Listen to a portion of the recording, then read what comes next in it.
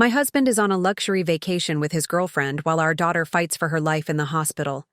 He texted, "In meetings all day, reception spotty," but the resort's geotag betrayed him. Now I'm sitting beside our little girl's hospital bed planning how his perfect life will crumble. The steady beep of the heart monitor punctuates the sterile silence of the pediatric intensive care unit. The fluorescent lights cast harsh shadows across the room, where my daughter Rosie lies unconscious, her small body overwhelmed by tubes and wires.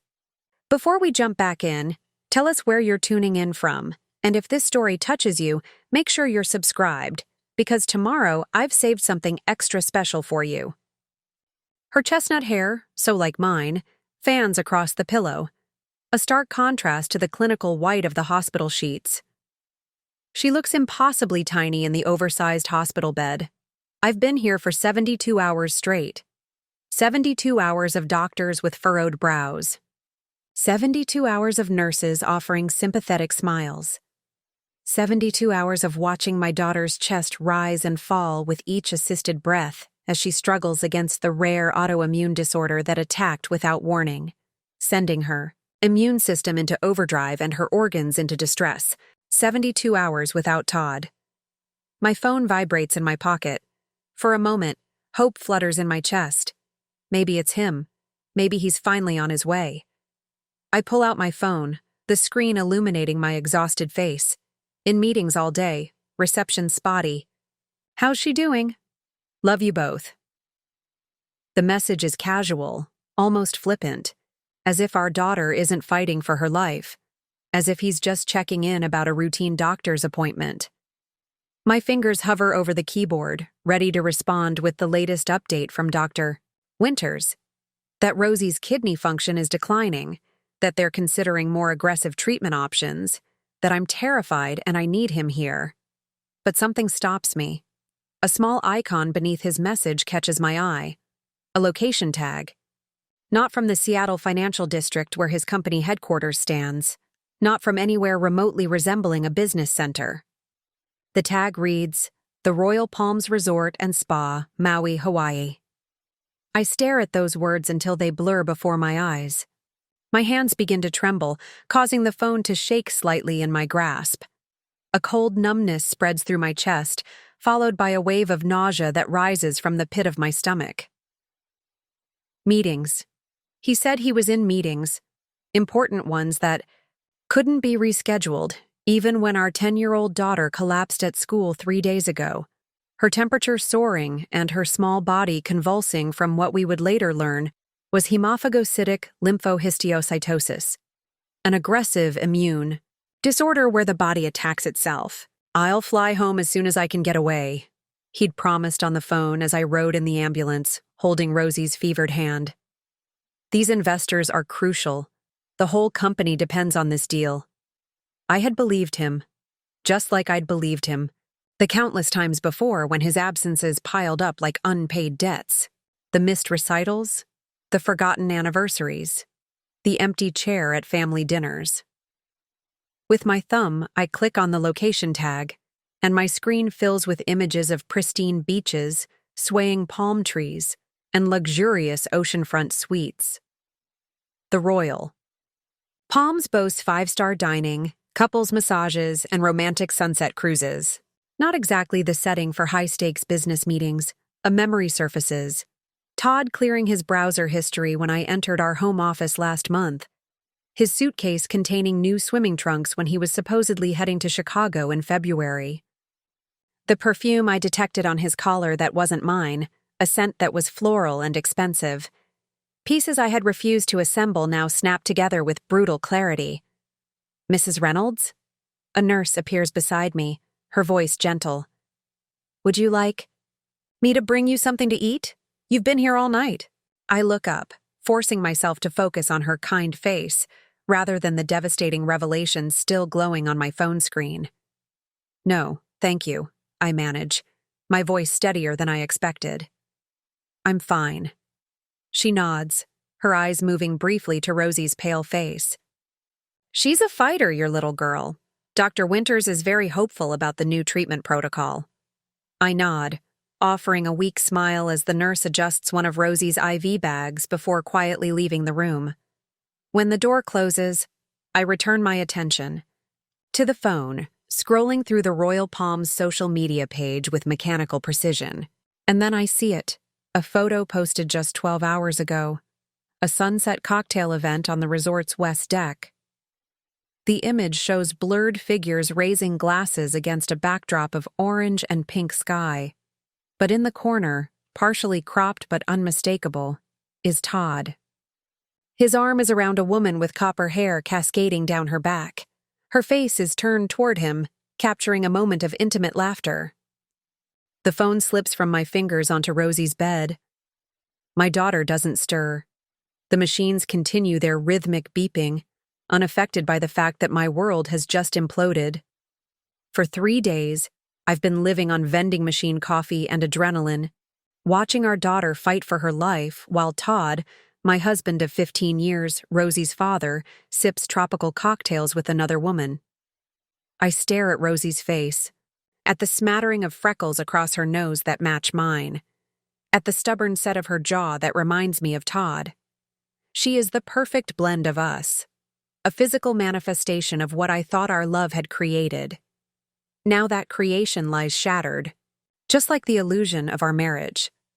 The numbness begins to recede, replaced by something hotter, something that burns through my veins with increasing intensity. My hands clench into fists, nails digging into my palms until I feel the sting of pain, a welcome sensation that anchors me to this moment.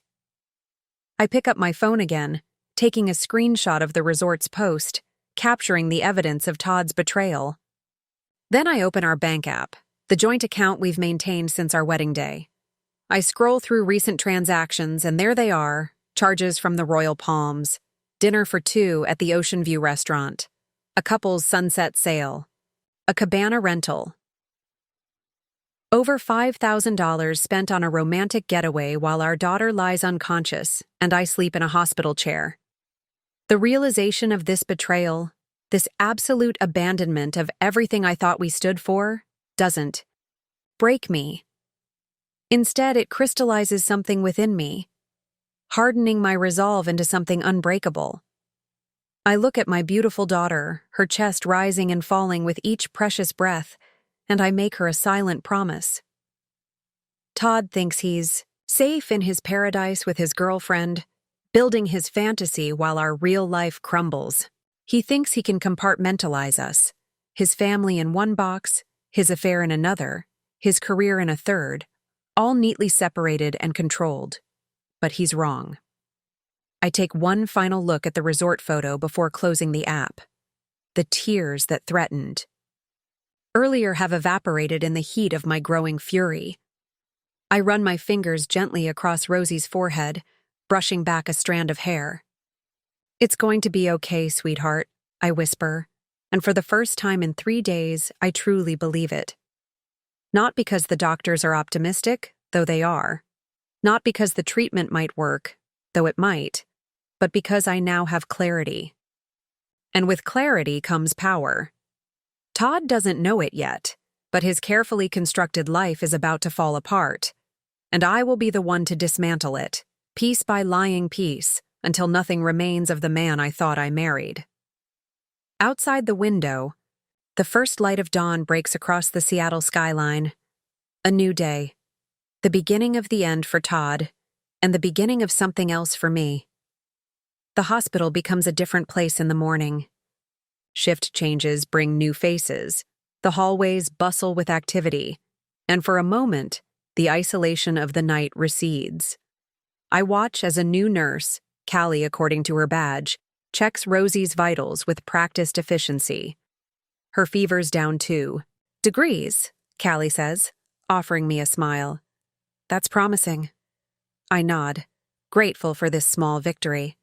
In the world of critical care, even the smallest improvements feel monumental.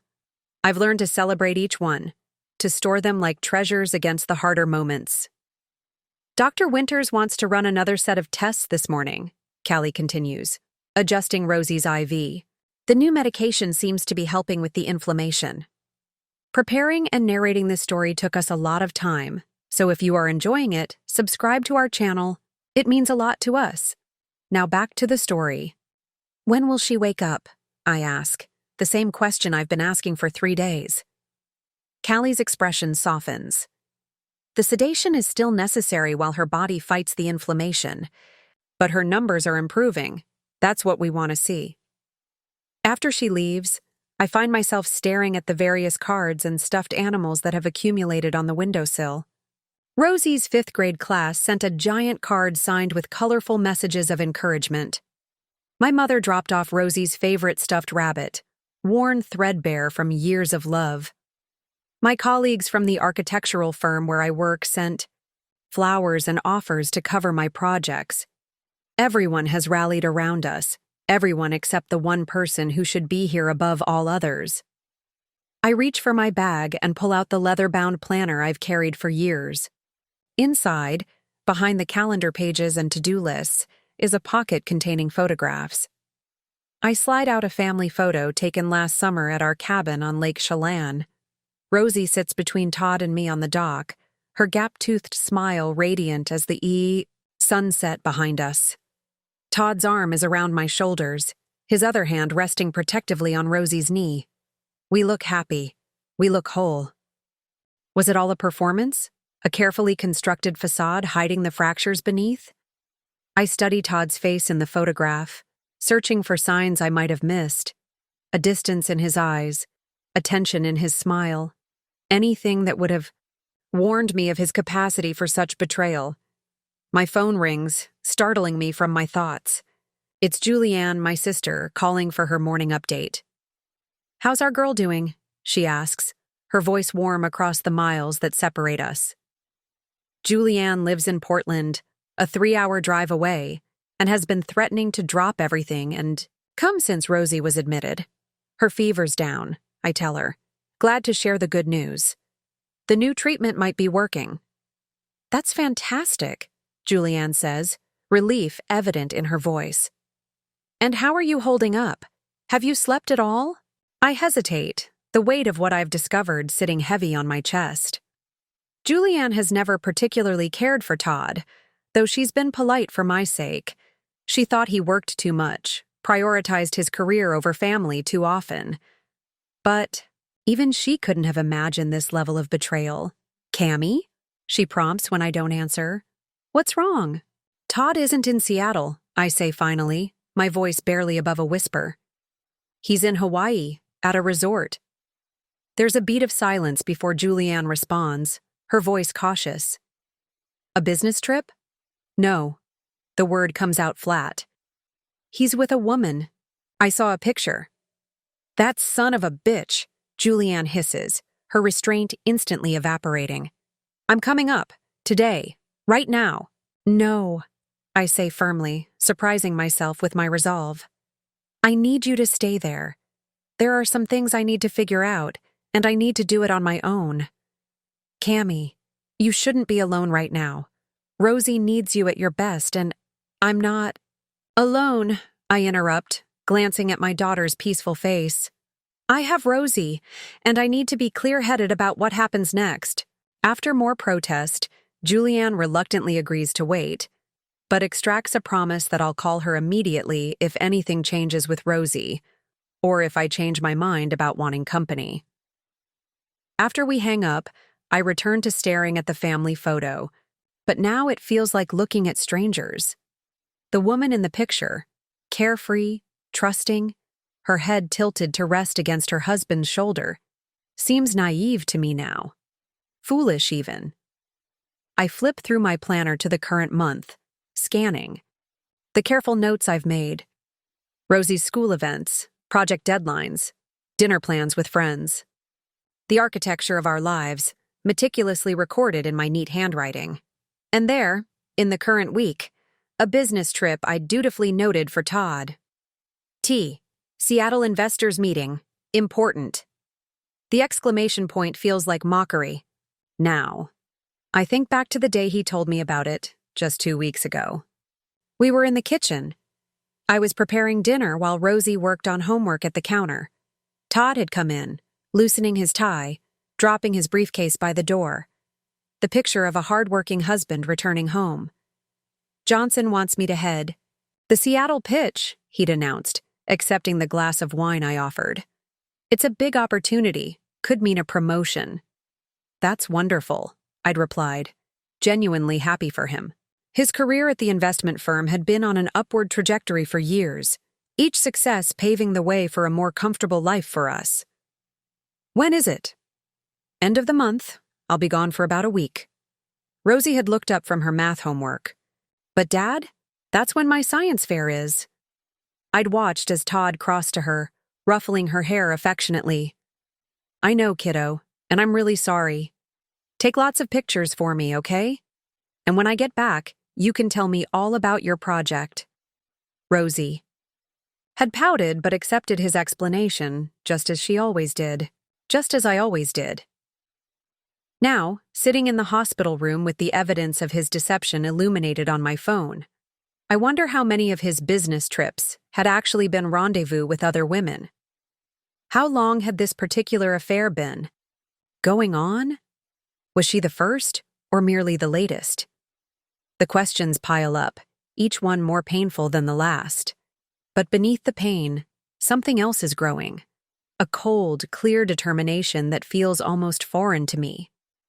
I've always been the peacemaker, the one who accommodates, who understands, who forgives, but there will be no forgiveness for this. I close the planner and return it to my bag. Then I pull out my laptop, power it on, and open a new document. The top, I type a single word: evidence. It's time to find out exactly what my husband has been hiding. The hospital cafeteria is nearly empty at this hour, the lunch rush long over.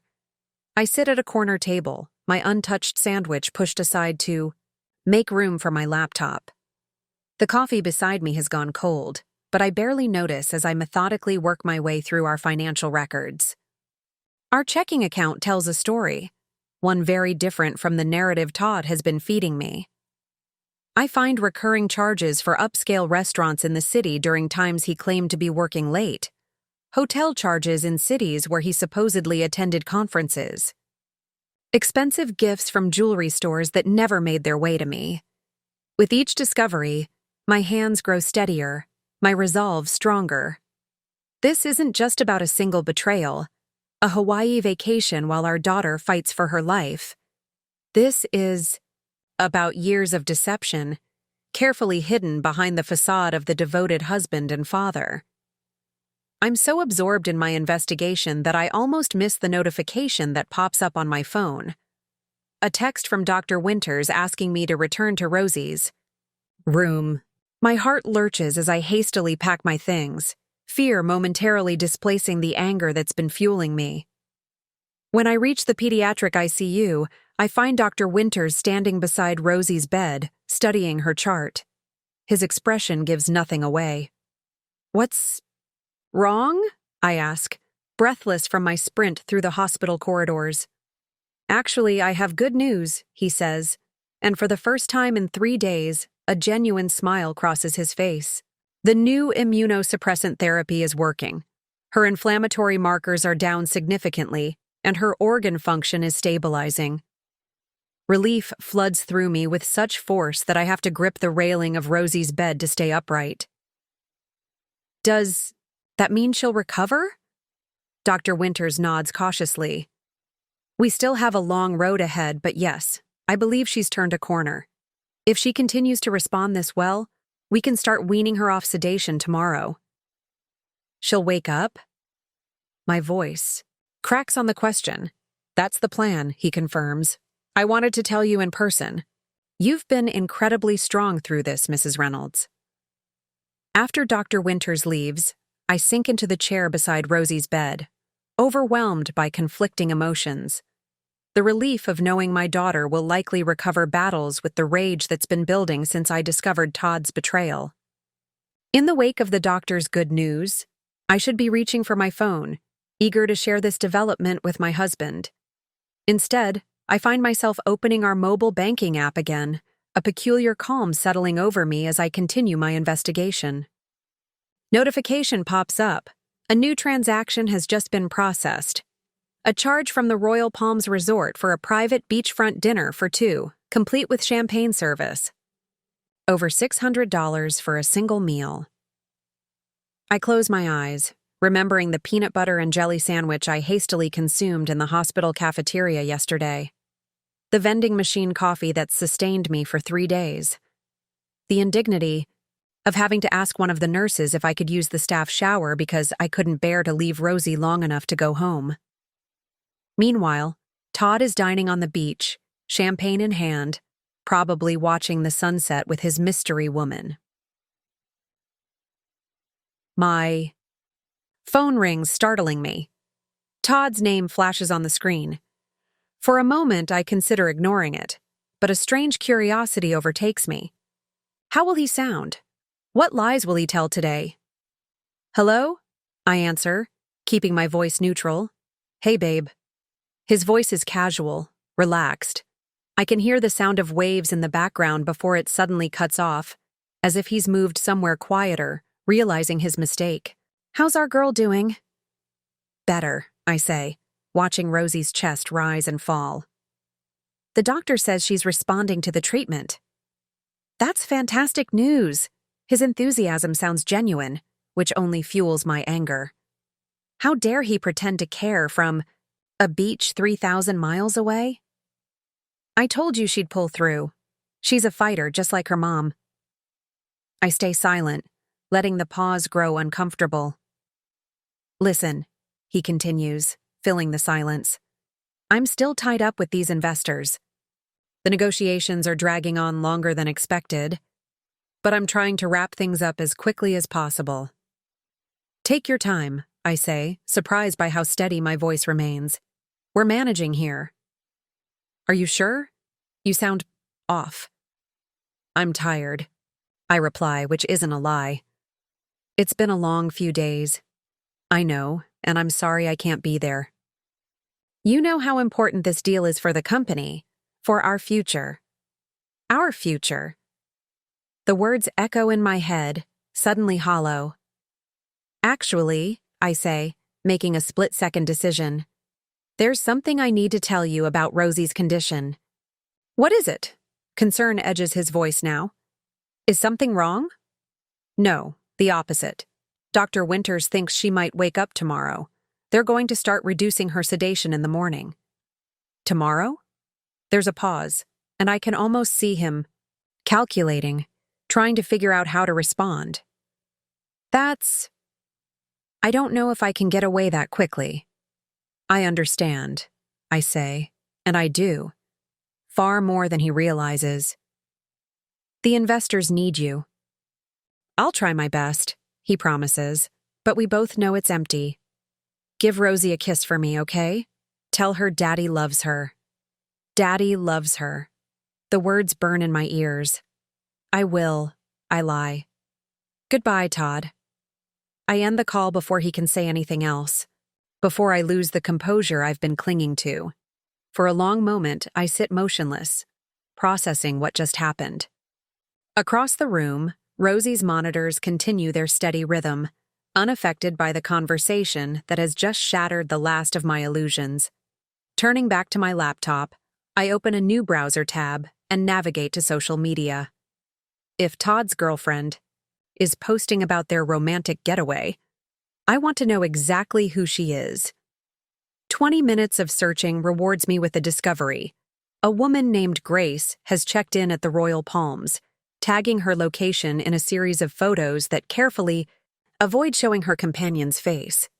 But in one image, I can see a man's hand on her waist, his distinctive watch visible, the Rolex I gave Todd for our 10th anniversary. I click on her profile, and my stomach drops. Grace Coleman, the new marketing director at Todd's firm. Hired just 6 months ago. In her photos, she's stunning, tall, elegant, with copper hair that falls in perfect waves around her shoulders. She can't be more than 30. I save several of the photos, adding them to my growing file of evidence. Then, on an impulse, I send a message to our family lawyer, Aaron Mitchell. Need to meet as soon as possible. It's urgent. Camilla, his response, comes quickly. Tomorrow morning, 9 a.m., my office. Everything okay? I don't reply. Nothing is okay, but soon things will be very different. I look at Rosie, peaceful in her medically induced sleep, unaware of how dramatically our lives are about to change. It's just you and me now, sweetheart, I whisper, stroking her hand. But we're going to be okay, I promise. Morning arrives with gentle persistence, sunlight filtering through the half-closed blinds of Rosie's hospital room. I've barely slept, alternating between watching my daughter's face for any sign of change and pursuing my investigation into Todd's betrayal.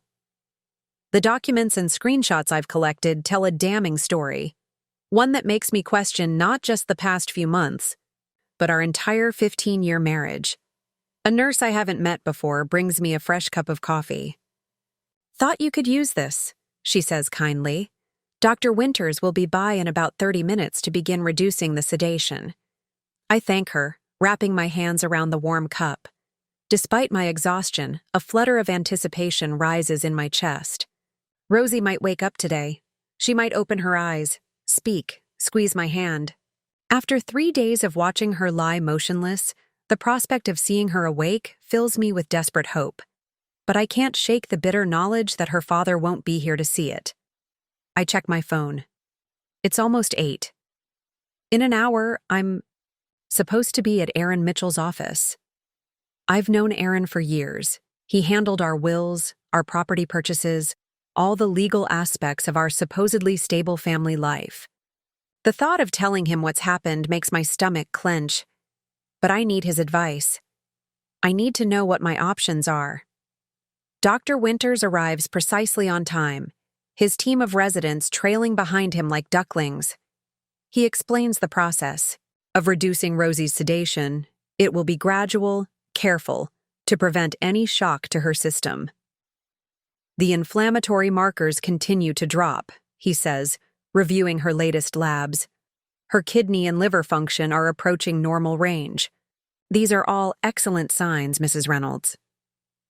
How long until she's fully awake? I ask. It's difficult to predict exactly, he replies. We'll reduce the medication incrementally and monitor her responses. It could be hours, or it might take until tomorrow. But I'm very optimistic about her recovery. After he leaves, I sit by Rosie's bed, holding her small hand in mine. Her fingers feel warmer today, her skin less pallid. I stroke the inside of her wrist, feeling the steady pulse beneath my fingertips. I have to go out for a little while, sweetheart, I whisper. But Ginger is going to sit with you. Ginger, my best friend since college, had immediately volunteered to help when Rosie was hospitalized. She should be arriving any minute. I'll be back before you know it, I promise. As if summoned by my thoughts, there's a soft knock at the door, and Ginger enters. Her round face is pinched with concern, but she manages a smile when she sees Rosie. She looks better, she says, giving me a quick hug. The treatment's working, I confirm. They're starting to wake her up today. That's wonderful news. Ginger sets her bag down and takes off her coat. Does Todd know? Is he on his way back? The question makes my throat tighten. I haven't told anyone except Julianne about what I've discovered, but Ginger has been my confidant for 20 years. If anyone will understand, it's her. Todd's not coming back, I say quietly. At least, not anytime soon. Ginger's eyebrows draw together in confusion. What do you mean? Rosie's getting better. Surely he wants to be here for that. I take a deep breath and pull out my phone, showing her the photos I've collected. Todd and Grace at the resort, the location tags, the bank statements. Oh my God, Ginger whispers, her eyes widening as she scrolls through the evidence. Cammy, I'm so sorry. That absolute bastard. I'm meeting with Aaron Mitchell in an hour, I tell her. I need to know where I stand legally. Ginger nods, her initial shock transforming into something harder. Good. Nail the son of a bitch to the wall. She looks at Rosie, her expression softening. Don't worry about anything here. I won't leave her side. Take all the time you need. I gather my things, leaning down to kiss Rosie's forehead before I go. I'll be back soon, baby, I whisper. Keep getting stronger. The drive to Aaron's office feels surreal, the familiar streets of our Seattle suburb suddenly foreign. This is the same route I've driven countless times, past the coffee shop where Todd and I used to meet for lunch, the park where we taught Rosie to ride a bike, the school where she'll return once she's recovered, assuming we still live here. Aaron's office is in a converted Victorian house downtown, its interior modernized while maintaining the original charm. His receptionist shows me in immediately, her sympathetic smile suggesting Aaron has briefed her on the urgency of my visit. Camilla? Aaron rises from behind his desk as I enter, concern evident in his expression. How's Rosie doing? Better, I say, taking a seat in one of the leather chairs facing him. They're starting to reduce her sedation today. The doctors are hopeful. That's wonderful news. He sits back down, studying my face. But something tells me that's not why you're here. No, I agree. Opening my bag and removing a folder containing printouts of everything I've discovered. I need to know my options regarding divorce. If Aaron is surprised, he doesn't show it. Instead, he takes the folder I slide across the desk, opening it and beginning to review the contents methodically. His expression darkens as he examines each piece of evidence. May I ask how you discovered all this? He says finally, looking up at me. Todd texted me from Hawaii, I explain. He forgot to disable his location tag. He thinks I believe he's in Seattle at a business meeting. Aaron nods, continuing to flip through the documents. And these financial records? These are definitely concerning. Those are just what I could access online, I tell him. Our household accounts. But I've always suspected Todd has other accounts I don't know about. He travels internationally for work and his income has always seemed inconsistent with his position. There are bonuses, commissions. At least that's what he tells me. Aaron frowns, making a note on his legal pad. If he's been hiding assets, that's something we'll need to investigate thoroughly. Washington is a community property state, which means all assets acquired during the marriage should be divided equally. I don't care about the money, I say, surprised to find it's true. I care about Rosie. I want full custody. Given the circumstances, especially his absence during a medical crisis, we have strong grounds, Aaron assures me. But the financial aspect is still important. Child support, alimony, securing Rosie's future, these all depend on an accurate accounting of Todd's assets.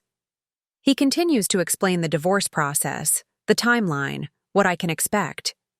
I listen carefully, asking questions, taking notes.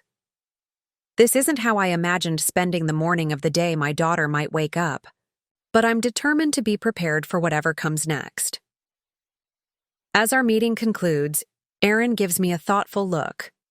Camilla, I have to ask, does Todd know you're aware of his situation? No. I shake my head. He has no idea. Good. Aaron nods. Let's keep it that way for now. The element of surprise can be useful in negotiations. As I stand to leave, I realize I feel lighter somehow, as if taking this concrete step has lifted some of the weight I've been carrying. Thank you, Aaron, I say, extending my hand. He shakes it firmly. I'm sorry you're going through this, especially with Rosie's health situation, but you're doing the right thing. We'll make sure you and Rosie are protected. Heading back to my car. I check my phone. No messages from Ginger, which means Rosie's condition remains stable. No messages from Todd either, though I didn't expect any. He's probably still asleep in his luxury suite, arms wrapped around Grace, blissfully unaware that his world is about to implode. I start the engine, but don't immediately drive away. Instead, I sit for a moment, staring at the folder Aaron has returned to me, now filled with additional documents to review and sign. This folder represents the end of my marriage, the dismantling of what I thought was my life. But it also represents a beginning, a new chapter for Rosie and me. One where we won't be betrayed, one where we won't be abandoned, one where we will rebuild on a foundation of truth instead of lies. I put the car in drive and head back to the hospital, back to my daughter, back to the future we'll forge together. The hospital corridor seems endless as I make my way back to Rosie's room. Each step brings a memory, unbidden and sharp, of the life I thought I had. The life that Todd and I built, or, rather, the life I believed we were building together. 10 years ago, we purchased our house in the Seattle suburbs, a craftsman with good bones but in need of love. My architectural background made the renovation a labor of passion. I could still remember Todd carrying me across the threshold the day we got the keys, both of us laughing as he pretended to stumble under my weight. "Home," he had whispered, in my ear. Our home. We had spent weekends stripping wallpaper, refinishing hardwood floors, arguing over paint colors. When I became pregnant with Rosie, Todd converted the smallest bedroom into a nursery, painting clouds on the ceiling himself. I would find him in there sometimes, staring up at his handiwork, a look of wonder on his face. "I can't believe we're going to be parents," he'd said, pulling me close, his hand resting on my swollen belly. "I promise I'll be the best father I can be." I pause in the hallway, steadying myself against the wall as the memory washes over me. Had he meant it then? Or had it all been a performance, rehearsed lines in the play of our marriage? The day Rosie was born, Todd had cried.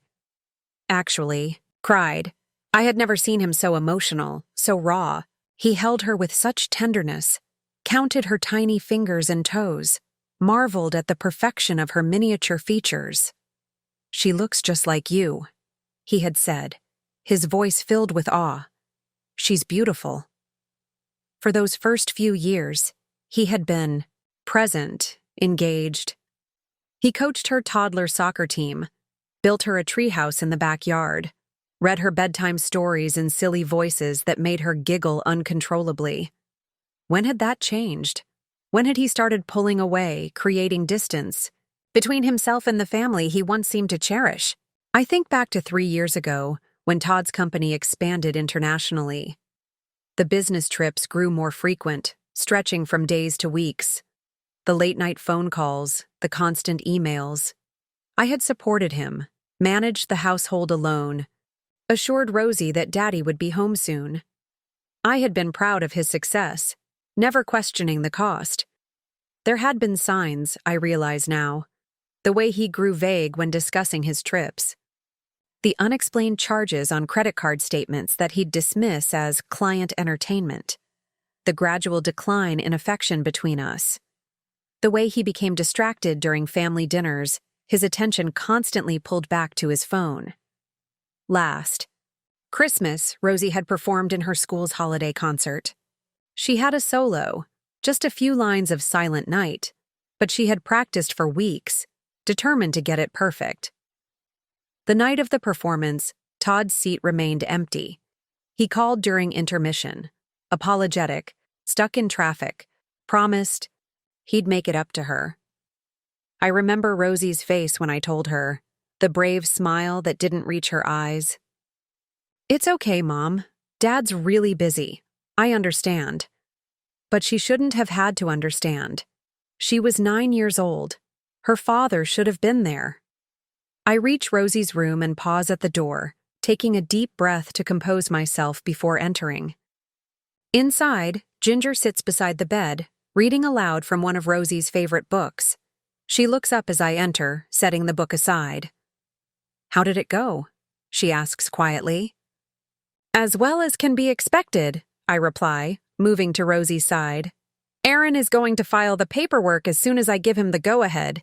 He thinks we have a strong case for full custody." Ginger nods, her expression grim but supportive. "Good. You're doing the right thing, Cammy." "Any change?" I ask, studying Rosie's face for signs of awareness. Dr. Winters came by again about 20 minutes ago. He reduced the sedation a bit more and said her responses are exactly what they'd hoped to see. Her eyelids have been fluttering occasionally. My heart leaps at this news. I take Rosie's hand, squeezing it gently. Rosie? Sweetheart, Mom's here. For a moment, there's nothing. Then, almost imperceptibly, I feel pressure against my fingers, the slightest squeeze in return. Tears spring to my eyes. She squeezed my hand, I whisper, looking up at Ginger. She can hear me. Ginger smiles, blinking back tears of her own. Of course she can. She's been waiting for you. I lean closer to Rosie, stroking her hair back from her forehead. I'm right here, baby. You're getting better, and soon you'll be awake. I love you. So much. Another faint squeeze, this one slightly stronger. I laugh through my tears, overcome with relief and joy. After days of uncertainty and fear, this simple response feels like a miracle. I should go, Ginger says, gathering her things. Give you two some time together. Call me if you need anything, day or night. After she leaves, I settle into the chair beside Rosie's bed, still holding her hand. My phone buzzes, a text from Todd. How's everything going? Any updates on Rosie? The casual tone of his message, as if he's inquiring about the weather rather than our critically ill daughter, makes my blood boil anew. I consider ignoring him but decide against it. For now, I need to maintain the illusion that nothing has changed. Doctor reduced sedation. She's responding. Squeezed my hand. His reply comes quickly. That's fantastic news. Tell her I love her. Should be able to wrap things up here in the next day or two. A day or two. He can't even be bothered to leave immediately now that Rosie is waking up. I don't respond, setting my phone aside. As I sit with Rosie, more memories surface. Her 5th birthday party, where Todd spent most of the time on his phone in the kitchen. The parent-teacher conferences he consistently missed. The times he promised to attend her gymnastics meets but canceled at the last minute. I had made excuses for him, to Rosie, to our friends, to myself. He was building his career, securing our future. He was doing it all for us. What a fool I had been. And yet, there had been moments of genuine connection, too. Lazy Sunday mornings making pancakes together. Family movie nights with Rosie sandwiched between us on the couch. Vacations where Todd would leave his phone in the hotel safe and be fully present with us. Had those moments been real? Or merely intermissions in his ongoing deception? A movement draws my attention back to Rosie. Her eyelids flutter again, more noticeably this time. I lean forward, hope surging through me. Rosie? Can you hear me, sweetheart? Her eyes open just a sliver, unfocused at first, then gradually settling on my face. Recognition dawns, and the corner of her mouth twitches in the smallest attempt at a smile. Mom, she whispers, her voice raspy from disuse and the breathing tube that had been removed yesterday. Yes, baby, I'm here, I tell her, tears streaming down my face. I'm right here. Thirsty, she murmurs. I reach for the cup of ice chips the nurse had left, gently placing one between her lips. She accepts it gratefully, the cool moisture soothing her parched throat. Where's Dad? She asks after a moment, her gaze moving, past me to the empty chair on the other side of the bed. The question pierces my heart. How do I explain Todd's absence? What can I possibly say that won't add to her pain, her confusion? He's away for work right now, I say finally, hating the lie but knowing this isn't the time for the truth. But he's so happy you're getting better. He can't wait to see you. Rosie nods slightly, accepting this explanation just as she's accepted all of Todd's absences over the years. The realization breaks my heart anew. My daughter deserves better. She deserves a father who would drop everything to be at her side in a crisis. a father who would move heaven and earth to be there when she needed him most. And I deserve better too. The woman who renovated a house, built a career, raised a child, often single-handedly while her husband pursued his ambitions, deserves more than lies and betrayal. As Rosie drifts back to sleep, her hand still clasped in mine, I make a silent vow. This cycle ends now. No more excuses. No more looking the other way. No more protecting Todd from the consequences of his choices. From this moment forward, every decision I make will be for Rosie and myself, our future, our happiness, our healing. Todd Reynolds is about to learn exactly what he's thrown away. The next morning brings a flurry of activity. Dr. Winters and his team arrive early, pleased with Rosie's progress. She's more alert today, able to stay awake for longer periods, though still weak and easily tired. The medical staff conduct tests, adjust medications, and gradually remove monitoring equipment that's no longer necessary. If she continues improving at this rate, we may be able to move her to a regular room tomorrow, Dr. Winters tells me. Her immune system is still compromised, but the crisis phase appears to be behind us. Relief washes over me. After days of uncertainty, of watching my daughter hover between life and death, the possibility of her recovery feels miraculous. I thank Dr. Winters, my voice thick with emotion. When the medical team leaves, Rosie looks at me with tired but lucid eyes. How long have I been here? She asks. 4 days, I tell her, stroking her hair. You've been very sick, but you're getting better now. She nods slowly, processing this information. Has Dad come at all? The question catches me off guard. I'd hoped to avoid this conversation until she was stronger, until I had figured out exactly what to tell her about Todd's betrayal. No, sweetie, I say gently. He's been away for work. In Seattle? She frowns slightly. That's not very far. I hesitate, torn between protecting her and being honest. No, not in Seattle. Something in my tone must alert her because she studies my face with surprising intensity for a child who was unconscious just yesterday. Is Dad okay? He's fine, I assure her. He's not where he said he would be. Rosie considers this, her young mind working to understand the subtext. Is he with that lady from his office? The one with the red hair? Shocked, I stare at her. What lady, Rosie? She shifts uncomfortably, as if regretting having spoken. I saw her picture on Dad's phone once. He said she was a new person at work. But then I saw him delete the text really fast when you came in the room. My heart sinks. Even Rosie had seen the signs I'd missed, or rather, the signs I'd chosen, to ignore. How long ago was this? I ask, trying to keep my voice steady. Before Christmas, she says. When we were decorating the tree. 4 months. At least 4 months that my 10-year-old daughter had been carrying this knowledge, this doubt about her father. The thought makes me sick. Rosie, I say carefully, I need you to know that whatever is happening with Dad has nothing to do with you. He loves you very much. She looks down at her hands, fidgeting with the hospital bracelet around her wrist. If he loves me, why isn't he here? The simple question, asked with such raw vulnerability, breaks something open inside me. All the anger, all the hurt, all the betrayal I've been processing crystallizes into a moment of perfect clarity.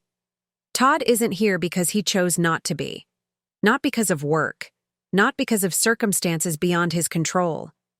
He made a deliberate choice to prioritize his desires over his daughter's needs, over the very real possibility that she might not survive. And in doing so, he's broken a trust that can never be repaired. I don't know, sweetheart, I say, because I can't bring myself to tell her the full truth. Not yet. But I promise you, I will always be here, no matter what. She nods, seemingly satisfied with this answer for now, though I know there will be harder conversations ahead. As Rosie drifts off to sleep again, I step out into the hallway to gather my thoughts. My phone buzzes with a text from Aaron. Financial investigation underway. Found something concerning. Call when you can. I find a quiet corner in the visitor's lounge and call him immediately. Camilla, Aaron answers on the first ring. Thanks for getting back to me so quickly. How's Rosie? Better, I say. Much better. What did you find? He clears his throat. My financial investigator discovered several offshore accounts in Todd's name. Substantial sums, we're talking millions, have been moving through these accounts over the past 2 years. Millions? I repeat, stunned. Todd's position as an investment director at his firm paid well, but not well enough to explain that kind of money. Where is it coming from? That's what concerns me, Aaron says gravely. Some of the transfers appear to involve shell companies linked to clients of Todd's firm. Without a complete audit, I can't say for certain, but there are red flags suggesting potential securities fraud or embezzlement. The words hit me like physical blows. Securities fraud, embezzlement, criminal offenses that could result in federal charges, prison time. Does his company know? I ask. Not yet, as far as we can tell. But it's only a matter of time before someone notices. These things rarely stay hidden forever. I lean against the wall, trying to absorb this new information. Todd isn't just a cheater, he may be a criminal. The father of my child, the man I've built a life with for 15 years, could be headed to prison. What does this mean for the divorce? I ask finally. For Rosie and me? Aaron sighs. It complicates things. On one hand, these discoveries strengthen your position for full custody. No judge would grant significant parental rights to someone facing potential federal charges. On the other hand, if these funds are proven to be illegally obtained, they could be subject to seizure and forfeiture. Meaning we could lose everything, I say, the reality sinking in. Not everything, Aaron corrects. Your home, your legitimate savings, your personal assets would be protected, especially since we can demonstrate you had no knowledge of or involvement in any illegal activities. But anything directly tied to these suspicious funds would be at risk. I close my eyes, trying to process the implications. Our comfortable life, the private school Rosie attends, the vacations, the renovations to our home. How much of it was built on stolen money? I need to protect Rosie, I say finally. Whatever it takes. I understand, Aaron replies. For now, my recommendation is to proceed with the divorce filing as planned, but to hold off on confronting Todd until we have a more complete picture of the financial situation. The element of surprise remains our best advantage. After ending the call, I stand motionless in the hospital corridor, watching nurses and doctors move efficiently around me, tending to patients, saving lives. The ordinary activity feels surreal, against the backdrop of my imploding world. Todd isn't just betraying me with another woman while our daughter fights for her life. He's potentially involved in criminal activity that could destroy everything we've built. The depth of his deception is staggering. I think about the life we've lived, the vacations, the home improvements, the extravagant gifts Todd would sometimes bring home just because. Had I been living in a house built on lies? Wearing jewelry? Purchased with stolen money? Had my comfortable existence been funded by other people's losses? The thought makes me nauseous. I've always prided myself on my integrity, on teaching Rosie the importance of honesty and ethical behavior. Now I discover I've been an unwitting participant in a life that may have been funded by fraud. But even as these realizations crash over me, something else emerges through the chaos, a sense of determination stronger than anything I've felt before. I will not allow Todd's choices to define our future. I will not let Rosie become collateral damage in his selfish pursuit of wealth and pleasure. I return to Rosie's room, watching her peaceful sleep. Her color has improved dramatically, the unhealthy pallor replaced by her natural warm tone. Her breathing is steady, unassisted. Her body is healing, and so will mine. So will my life. Whatever storm is coming, divorce, financial upheaval, public scandal, I will weather it. I will rebuild something honest and true from the wreckage of Todd's deception. I will create a life for Rosie and myself that isn't shadowed by lies or built on fraudulent foundations. For the first time since discovering Todd's betrayal, I feel something unexpected. Gratitude. Gratitude that I found out now, before wasting more years on a man who respects neither his marriage vows nor the law. Gratitude that Rosie will have the chance to learn what real integrity looks like, even if it comes through the painful lesson of her father's failures. My phone buzzes again. Todd, sending a photo of a sunset over the ocean with the caption, "Wish you were here. Love you. The audacity is breathtaking." I stare at the screen, a strange calm settling over me. Let him enjoy his paradise while he can. The reckoning is coming, and when it does, he'll wish he had never set foot on that beach. By the next afternoon, Rosie has improved enough to be moved from the ICU to a regular pediatric room. The new space is brighter, with colorful walls and a window that overlooks a small garden. It feels less like a place of crisis and more like a way station on the road to recovery. Rosie is sitting up in bed, sipping apple juice through a straw when I return from speaking with Dr. Winters in the hallway. Her movements are still slow, her strength diminished, but the improvement from just 24 hours ago is remarkable. "What did the doctor say?"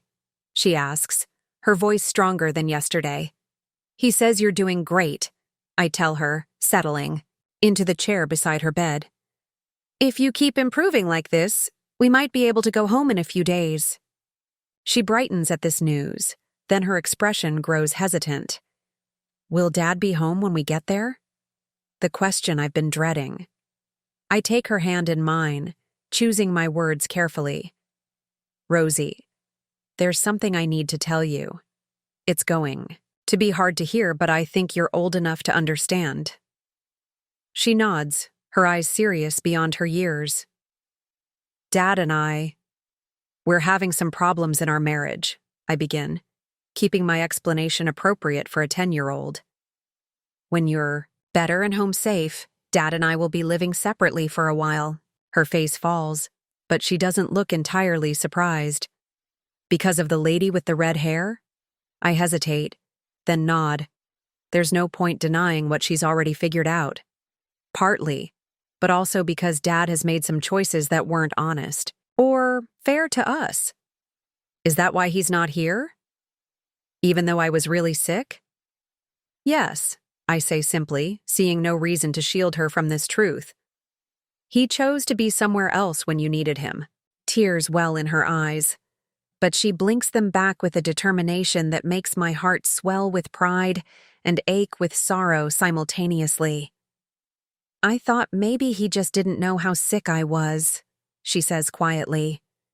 "He knew, sweetheart. I called him as soon as the ambulance came."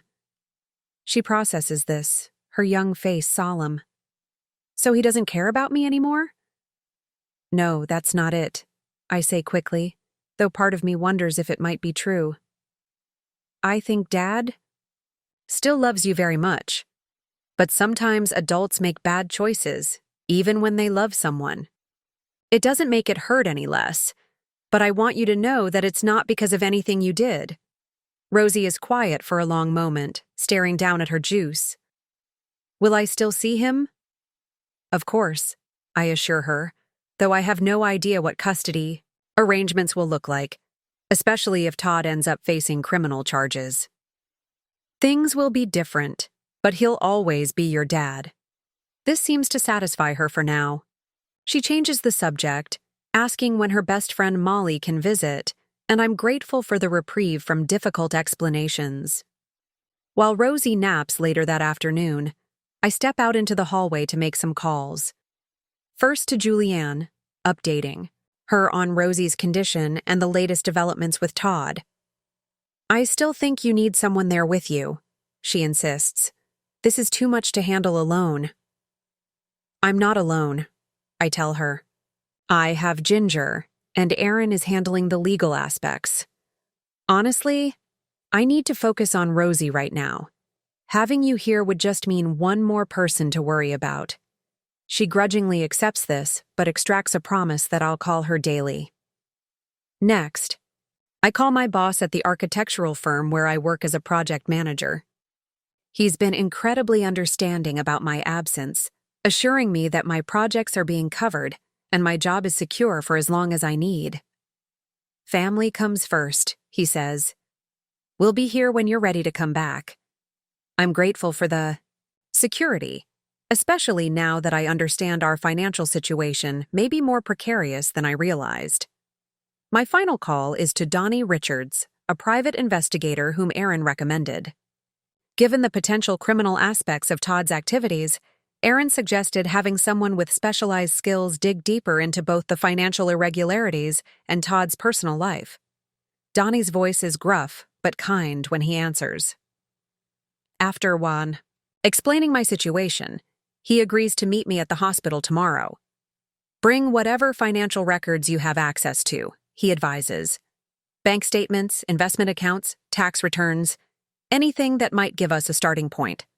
I spend the next hour on my laptop accessing what accounts I can and downloading statements, our joint checking and savings, my retirement account, the college fund we started for Rosie, credit card statements going back 18 months.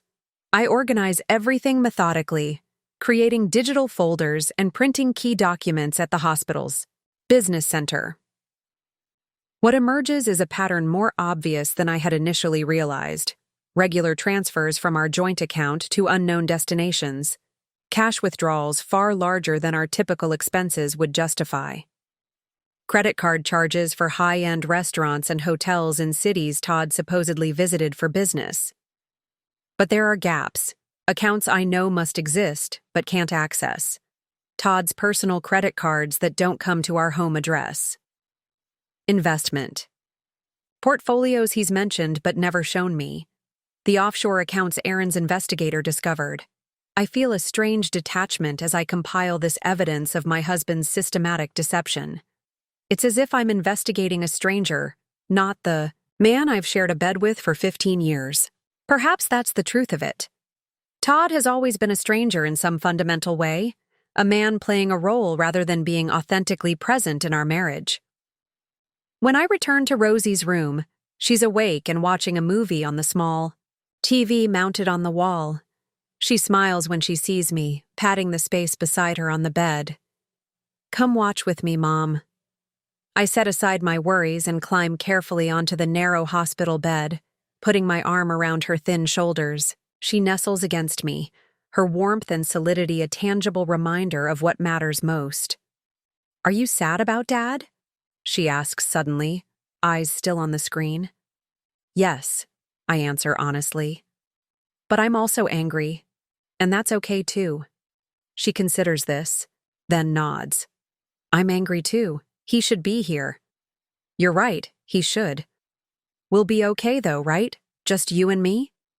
I hug her closer, pressing a kiss to the top of her head. "Absolutely. We're going to be more than okay." As we watch the movie together, my phone vibrates with a text. "Todd again, just checking in." "How's our girl?" The casual presumption of his message, as if he has any right to claim Rosie as our girl while he's vacationing with his mistress, ignites a fresh wave of anger.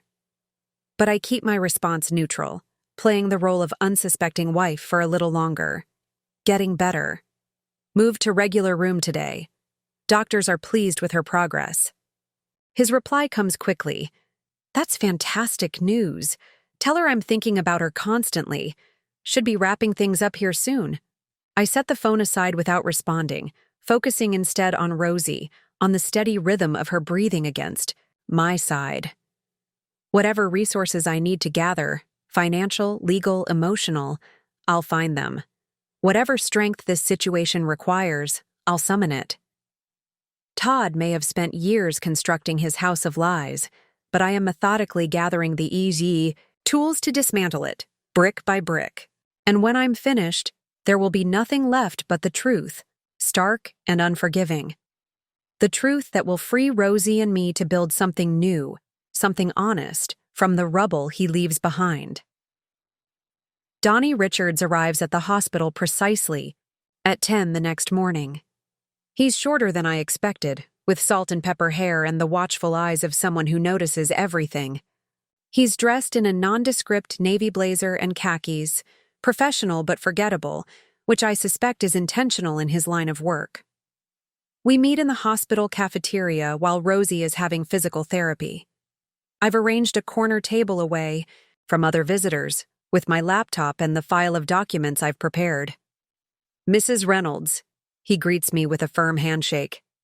"Aaron briefed me on your situation. I'm sorry you're going through this." "Thank you," I reply, gesturing for him to sit. "And please, call me Camilla." He settles across from me, declining my offer of coffee with a small shake of his head. "I understand your husband is currently in Hawaii while your daughter has been critically ill." "Yes." I open my laptop, turning it to face him. These are photos from the resort's social media accounts. You can see Todd in the background here, and more clearly in this one. Donnie studies the images, his expression revealing nothing. "And the woman?" "Her name is Grace Coleman. She's the marketing director at Todd's firm. Hired about 6 months ago." He nods, making a note on a small pad he's pulled from his pocket. "What else can you tell me about her?" I hesitate, realizing how little I actually know. "Not much. She's younger, early 30s, I'd guess. From what I could find online, she moved here from Chicago. Before that, she worked at a financial services company there." "Any indication how long the affair has been going on?" "Based on credit card charges and hotel bookings I've found, at least 4 months. But my daughter mentioned seeing a photo of her on Todd's phone before Christmas. So possibly longer." Donnie continues taking notes, his questions precise and methodical.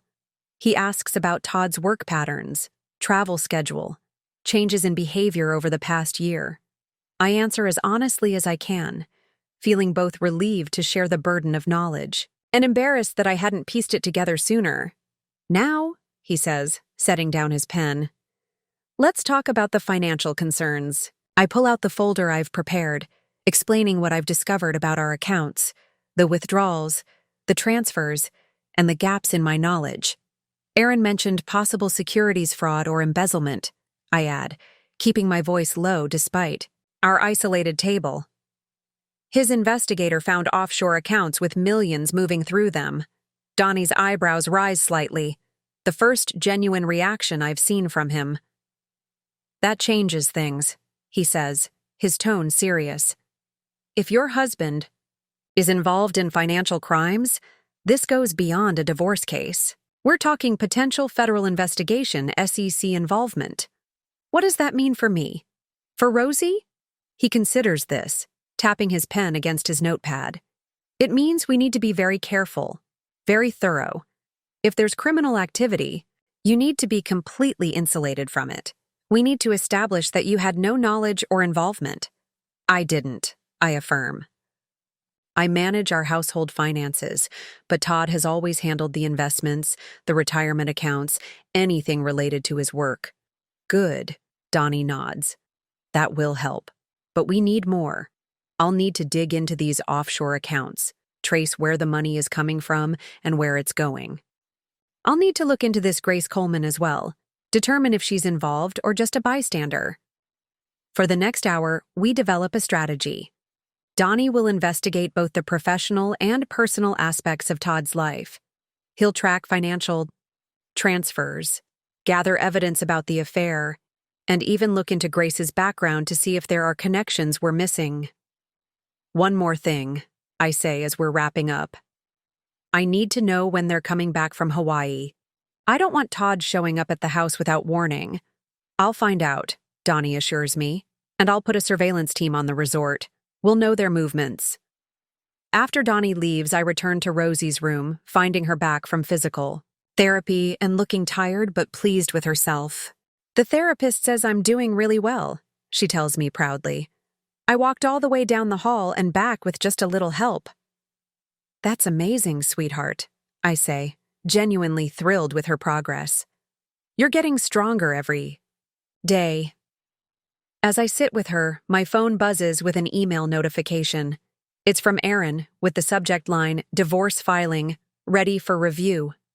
My stomach tightens as I open it, scanning the formal legal language that will dismantle my marriage. Petition for dissolution of marriage, division of assets, child custody and support. The clinical terms for the end of 15 years together. Attached is a separate document labeled Financial Discovery Request. A comprehensive list of accounts, properties, investments, and assets that Todd will be legally required to disclose. Once the filing is served, I close the email, unable to focus on the details right now.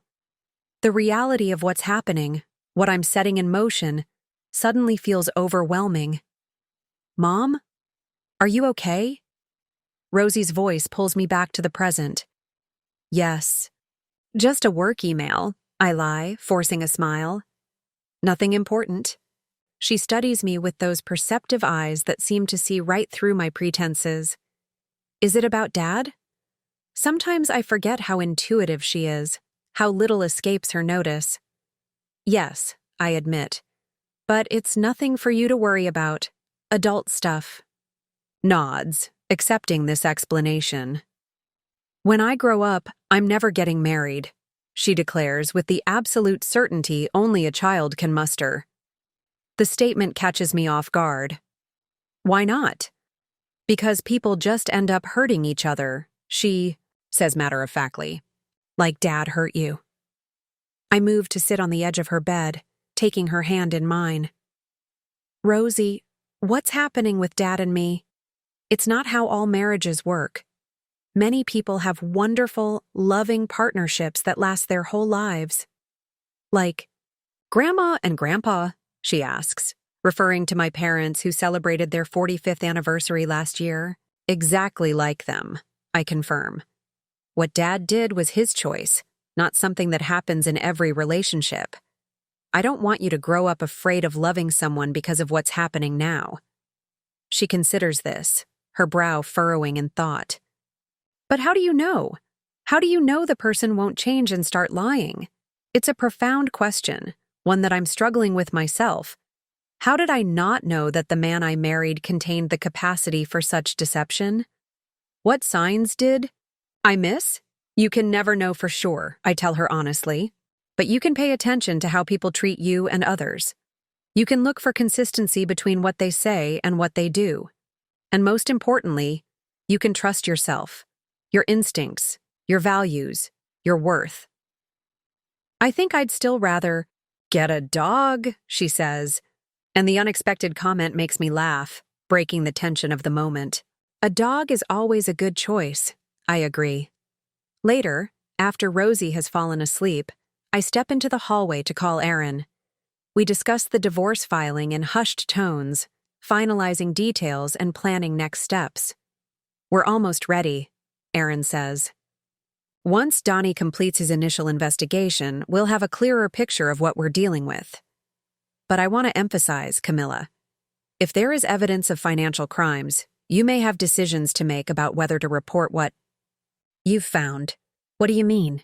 I mean that if Todd is embezzling money or committing securities fraud, you could potentially be seen as complicit if you discover it and don't report it. On the other hand, he's the father of your child. These aren't easy waters to navigate. I lean against the wall, suddenly exhausted. I just want what's best for Rosie.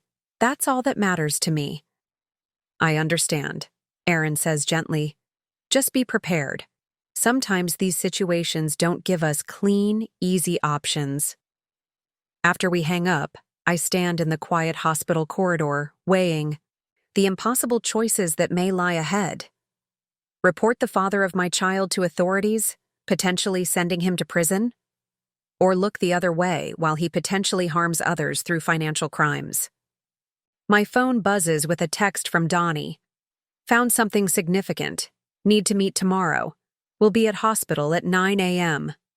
I stare at the message, a sense of foreboding washing over me.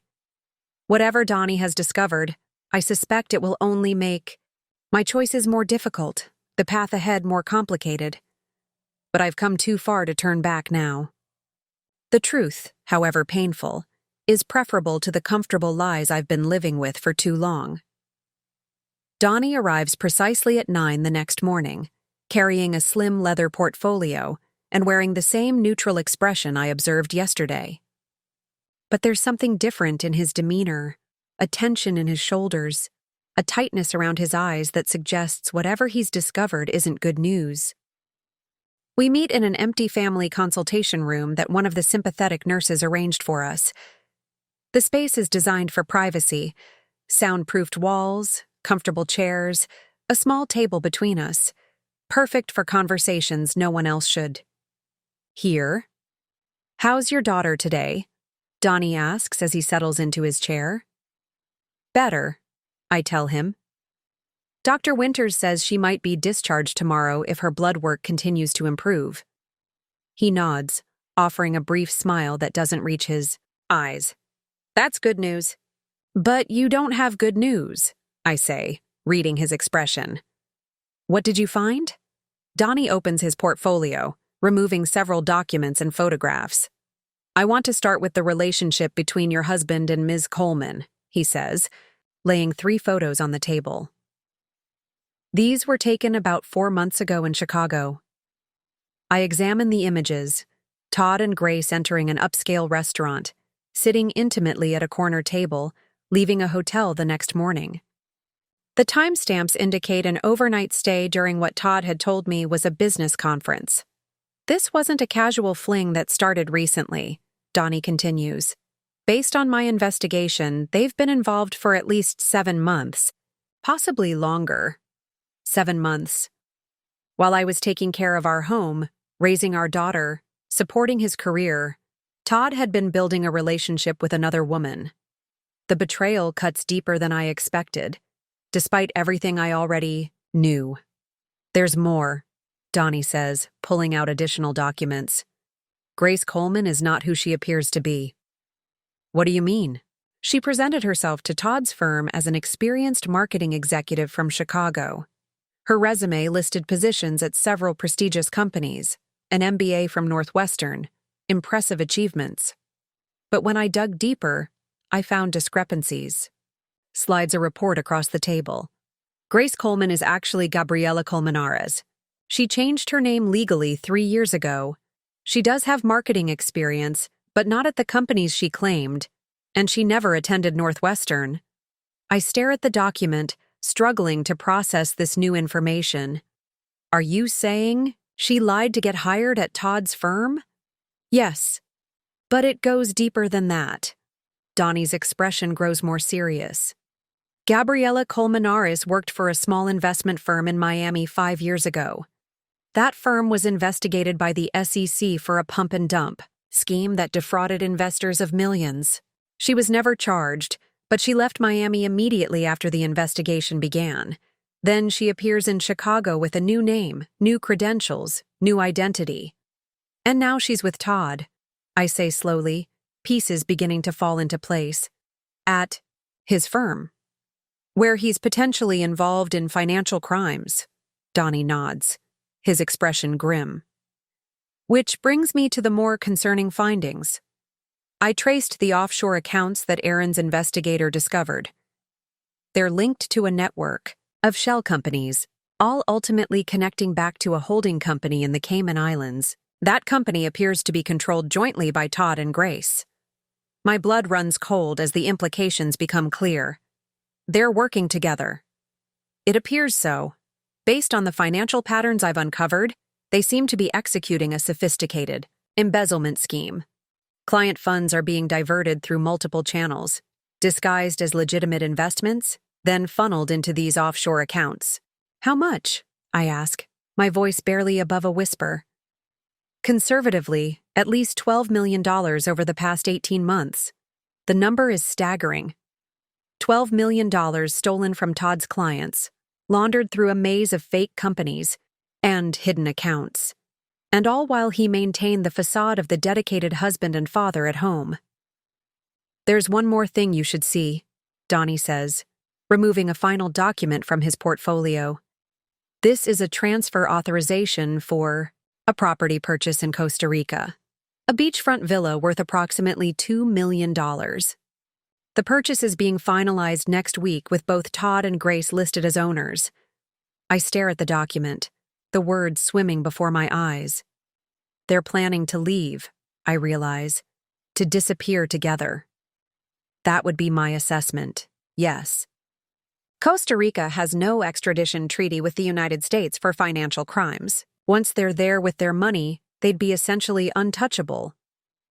The room seems to tilt slightly as the full scope of Todd's betrayal becomes clear. This isn't just an affair, a midlife crisis played out on a Hawaiian beach. This is a calculated, long-term conspiracy. Todd and Grace have been methodically stealing millions, establishing an escape route, preparing to abandon everything, including Rosie. "What do I do with this information?" I ask, looking up at Donnie. "Legally, you have an obligation to report suspected financial crimes," he says carefully. "But there are considerations beyond the legal ones. If Todd is arrested, the scandal will affect you and Rosie. There will be investigations, possibly a trial, media attention. His assets, including those you share, could be frozen or seized. But if I don't report it, and he disappears to Costa Rica with her, then he escapes justice, but you and Rosie might avoid some of the fallout." I take a deep breath, trying to think clearly through the shock. When is he scheduled to return from Hawaii? Tomorrow evening. Their flight lands at 8:45 p.m. Tomorrow. The same day Rosie might be discharged from the hospital. I think of bringing her home to an empty house, or worse, to a confrontation with Todd if he comes there directly from the airport. "I need to speak with Aaron," I say finally. "And I need to protect Rosie from whatever happens next." Donnie nods, gathering his documents. "I'll continue monitoring the situation. If there's any change in their travel plans, I'll let you know immediately." After he leaves, I sit alone in the consultation room, my mind racing with possibilities and plans. The scope of Todd's betrayal is far greater than I had imagined, the stakes impossibly high. Whatever decision I make will irreversibly alter Rosie's life, my life, and Todd's future. I call Aaron, arranging to meet him at his office that afternoon, while Ginger stays with Rosie. Then I contact Dr. Winters, inquiring about the exact timing of Rosie's potential discharge tomorrow. Finally, I call a locksmith, scheduling them to come to the house today to change all the locks. Step by step, I begin to formulate a plan. Not one driven by vengeance, though the temptation is strong, but by protection. For Rosie, for myself, for the innocent investors whose money Todd has stolen. When I return to Rosie's room, she's sitting up in bed, color in her cheeks, looking more like herself than she has in days. "Mom, look what Ginger brought me." She holds up a new sketch pad and colored pencils, proudly displaying a drawing of what appears to be our backyard. "That's beautiful, honey," I say, forcing a smile despite the weight of what I've learned. Ginger notices my expression, raising an eyebrow in silent question. I give a slight shake of my head, indicating we'll talk later. "How about a walk?" I suggest to Rosie. "The nurse said you should try to move around more today." She nods eagerly, already pushing aside her blankets. I help her into the slippers and robe the hospital provided, then support her as she stands, still unsteady but improving rapidly. As we slowly make our way down the hospital corridor, Rosie's, hand gripping mine for balance, I find myself studying her profile. She has Todd's chin, his dimple when she smiles. How will she process the truth about her father when it eventually comes to light? How will she reconcile the dad who built her treehouse with the man who stole millions and planned to abandon her? "What are you thinking about?" she asks, catching me watching her. "Just how proud I am of you," I reply, which isn't a lie. "You're so strong, Rosie, stronger than you know." She smiles, pleased by the compliment. "I get it from you." The simple statement nearly undoes me. She believes in me, trusts me to make the right decisions, to protect her, to guide us through whatever comes next, and I will.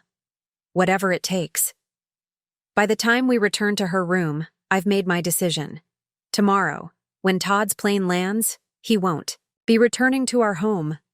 He won't be disappearing to Costa Rica with Grace and the stolen millions. He'll be facing consequences, legal, financial, and personal, for every deception, every betrayal, every selfish choice he's made. It won't be easy. The path ahead will be painful for all of us, but it will be honest. And in that honesty, Rosie. And I will eventually find healing. Todd's web of lies is about to unravel, thread by carefully constructed thread. And when it does, he'll discover that the wife he underestimated, the family he was willing to abandon, will be the architects of his downfall. The meeting with Aaron is intense, but productive. I lay out everything Donnie has discovered, the long-term affair, Grace's false identity, the embezzlement scheme, the Costa Rica property. Aaron listens without interruption, taking notes and occasionally asking for clarification. "This is far more serious than we initially thought," he says, when I finish. "We're not just talking about divorce and custody anymore. We're looking at federal crimes, international finance laws, and a conspiracy that could send both of them to prison for a significant time." "I know," I respond, my voice steadier than I expected. "But I can't look the other way. Not just because it's illegal, but because there are real victims. People whose retirement savings, college funds, investments were stolen." Aaron nods, his expression grave. "I respect that decision. It's the right one ethically, though certainly not the easiest path." He taps his pen against his legal pad. "But we need to be strategic about how we proceed. Timing is crucial. We spend the next hour developing a comprehensive plan. Aaron will contact a colleague at the SEC first thing tomorrow morning, providing an overview of what we've discovered and arranging for a formal meeting. Meanwhile, I'll work with Donnie to secure all the evidence in a way that clearly demonstrates I had no knowledge or involvement in Todd's crimes." "What about the locks you had changed today?" Aaron asks. "That's just the beginning," I tell him. "I've also arranged for a security system to be installed this afternoon. And I've scheduled movers to come on Friday to put Todd's personal belongings in storage." "Good," he approves. "Just make sure you document everything. We don't want him claiming you've disposed of his property." "I won't touch his things," I assure him. "But I don't want him in the house with Rosie and me, especially now that I know what he's capable of." As I prepare to leave, Aaron asks a question I've been avoiding. "What will you tell Rosie? About Todd? About the potential legal consequences?" I sigh, the weight of this particular burden heavier than all the others combined. "The truth, but in a way she can understand. She already knows something is wrong, that her father isn't who we thought he was. I'll explain as gently as I can, focusing on the fact that none of this is her fault. And if he attempts to contact her directly, the possibility sends a chill through me. I'll talk to Dr. Winters about restricting hospital visitors to an approved list. And once we're home, she won't be alone. Not until this is resolved. Back at the hospital, I find Rosie napping peacefully, Ginger reading quietly beside her bed. She looks up when I enter, immediately setting aside her book. "That bad?" she asks, reading my expression. I nod, sinking into the chair opposite hers. "Worse than I imagined." In hushed tones, I explain what Donnie discovered, watching Ginger's eyes widen with each new revelation. "My God, Cammy," she whispers when I finish. "Are you sure about this? About Todd being involved in something so criminal?" The evidence is overwhelming, I say. And it explains so much. The unexplained income, the secretive behavior, his increasingly frequent business trips. I was so focused on Rosie, on my work, on keeping our family running that I missed what was happening right in front of me. Ginger reaches across the bed to squeeze my hand. This isn't your fault. Todd made these choices, not you. I squeeze back, grateful for her unwavering support. I know, but Rosie will suffer for his choices, and that's what I can't forgive. What can I do to help? She asks. Can you stay with her tomorrow afternoon? I need to meet with someone from the SEC and I want to be home when the hospital discharges her. Of course, Ginger says without hesitation. Whatever you need, whenever you need it, I'm here. After she leaves, I spend the evening with Rosie, watching movies on the small hospital TV, playing card games, and listening to her excited plans for returning to school once she's fully recovered. Her resilience amazes me. Just days ago, she was critically ill, and now she's focused on the science project she needs to complete and whether her friends have been keeping up with their secret club. When she finally drifts off to sleep, I open my laptop to check my email. Among the work messages and well wishes from friends is one from Todd, heading back tomorrow. Can't wait to see my girls. Love you both so much. The casual affection, the presumption that he'll simply slide back into our lives as if nothing has happened, makes my blood boil. But I maintain my composure, replying with deliberate vagueness. Rosie may be discharged tomorrow. I'll update you on timing. No mention of looking forward to seeing him. No expression of love. Just the bare minimum of information to maintain the illusion that I remain unaware of his betrayal. His response comes quickly. Great news. I'll come straight to the hospital from the airport if you're still there. If not, see you at home. Flight lands around 9. I close the laptop without replying. By the time his flight lands tomorrow night, the SEC will have been notified of his crimes. The divorce papers will be ready to serve. The locks to our home will have been changed, his access to our joint accounts restricted, and his belongings packed for removal.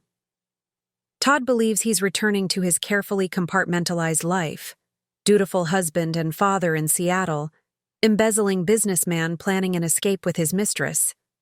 Instead, he's walking into the consequences of every selfish choice he's made. The next morning brings a flurry of activity. Dr. Winters confirms that Rosie can be discharged later today, pending one final round of blood tests. The results should be back by early afternoon, and if they're as positive as expected, we can leave by 4. I call the security company to confirm that the system has been installed and is functioning properly. Then I check with the movers, adjusting their schedule to Saturday instead of Friday, to ensure I have time to properly document Todd's belongings before they're packed. Aaron calls with an update.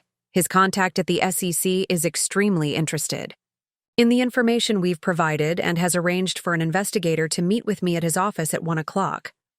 Her name is Samantha Reeves, Aaron tells me. She specializes in securities fraud and has worked on several high-profile embezzlement cases.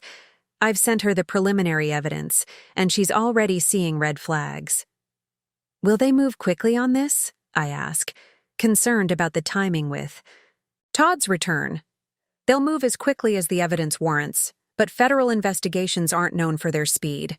That said, if they determine there's an imminent risk, like Todd potentially fleeing the country, they can accelerate certain aspects. I think of the Costa Rica property, the millions hidden offshore, the flight that will bring Todd back to Seattle in less than 12 hours. I'll make sure she understands the urgency. Before leaving for the meeting, I sit with Rosie, who's excited about going home today. I've been preparing her gradually for the changes she'll encounter, explaining that Dad won't be staying with us for a while, that some things in our family are changing. But we're still us, I assure her, brushing her hair back from her forehead. You and me, we're a team. She nods, accepting this with the remarkable adaptability of children. Will Dad still come to my science fair next week? The question catches me off guard. I don't know where Todd will be next week, possibly in custody, possibly fighting criminal charges, possibly having fled the country if things go badly. But I can't tell Rosie any of that yet. I'm not sure, sweetheart, I say honestly. Dad has some problems he needs to deal with right now. But I'll be there, front and center, to see your project. She seems satisfied with this, returning to the tablet game she's playing. I watch her for a moment, her small fingers tapping the screen, her forehead creased in concentration. So innocent, so unaware of the storm about to break over our family. Pray I'm doing the right thing, for her, for the people Todd has harmed, for my own integrity. The easier path would be to look the other way, to pretend I never discovered the truth, to protect Rosie from the public scandal that will inevitably follow. But that path would be built on the same foundation of lies that Todd constructed. And I've had enough of lies to last a lifetime. Ginger arrives to stay with Rosie, giving me a fierce hug before I leave. "You've got this," she whispers in my ear. "You're the strongest person I know." I don't feel strong as I drive to Aaron's office. I feel terrified, heartbroken, and overwhelmingly sad for what might have been. But beneath those emotions is a core of determination that grows with each mile. Todd chose this path.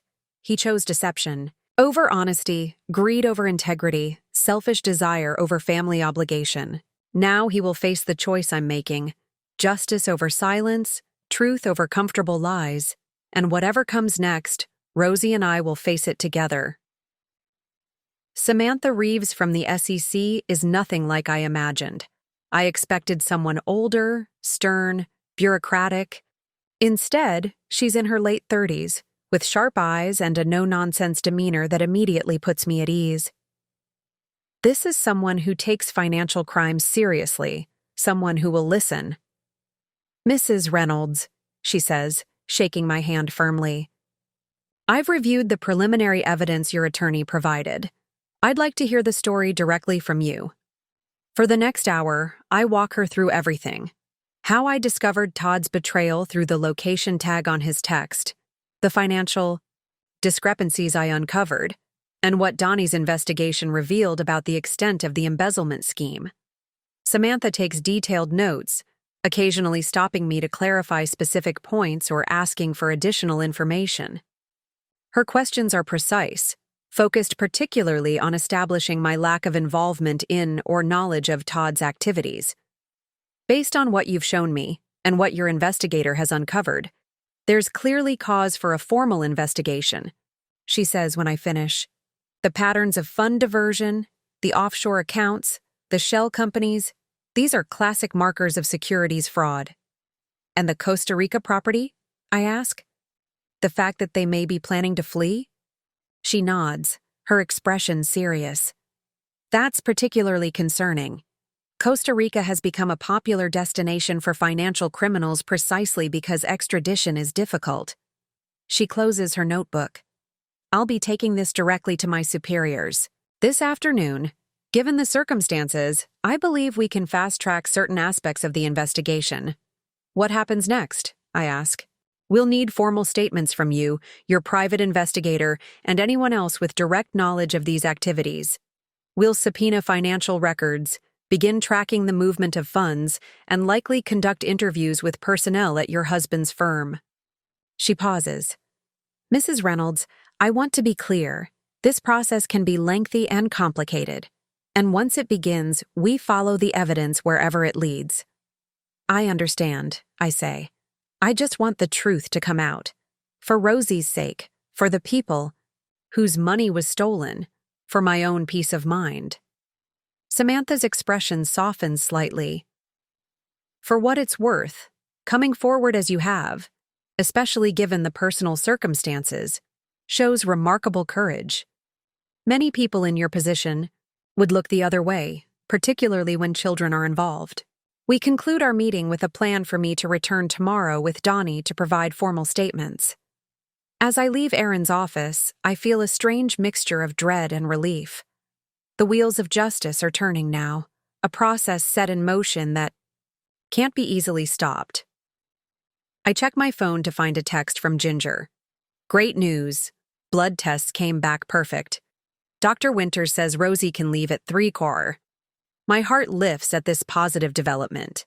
After days of fear and uncertainty, my daughter is coming home. Not to the home she left. That reality is gone forever, but to a new beginning for both of us. I arrive at the hospital just before 3, finding Rosie already dressed in fresh clothes Ginger brought from home, sitting on the edge of her bed, as a nurse reviews discharge instructions. Important to continue the antibiotic course for the full 10 days, the nurse is saying as I enter. And she should have a follow-up appointment with Dr. Winters next week. I've already scheduled it, I tell her, moving to Rosie's side. Tuesday at 10 a.m. Rosie beams up at me, excitement evident in her face. I get to sleep in my own bed tonight. You like? Sure do. I smile back, smoothing her hair. And Ginger's going to stay over for a couple of days like a slumber party. This addition to the plan, Ginger staying with us, was a last-minute decision, motivated both by concern for Rosie's continued recovery and by my unease about being alone in the house when Todd discovers he's been locked out. The discharge process takes another 45 minutes. Final checks from Dr. Winters, prescriptions to fill, paperwork to sign. By the time we wheel Rosie out to the car, hospital policy, though she insists she can walk, it's nearly 4. Can we get pizza for dinner? Rosie asks as I help her into the back seat. Absolutely, I agree, grateful for her appetite after days of hospital food and IV nutrition. Whatever kind you want. The drive home feels surreal, the familiar route now leading to a decidedly unfamiliar future. As we turn onto our street, I study our house with new eyes. The craftsman style Todd and I fell in love with. The garden I've tended for years. The basketball hoop above the garage where Rosie practices with neighborhood friends. It all looks exactly the same, yet everything has changed. Inside, Rosie immediately goes to check on her room, her fish, her belongings, reassuring herself that her world still exists. I follow more slowly, noticing the small signs of the security system installation, the keypad by the front door, the subtle sensors on the windows. Ginger arrives 30 minutes later with pizza and overnight bags. We eat in the living room, a special treat for Rosie, who's still too tired to sit properly at the dining table. The normalcy of the scene, sharing pizza, laughing at Rosie's stories about the hospital food, planning what movie to watch, feels like a brief respite from the storm I know is coming. At 7, Rosie starts to fade, the excitement of coming, home giving way to exhaustion.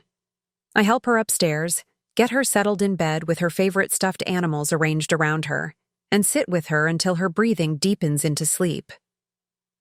Downstairs, Ginger has poured 2 glasses of wine. She hands one to me as I sink onto the couch. How did it go with the SEC? She asks.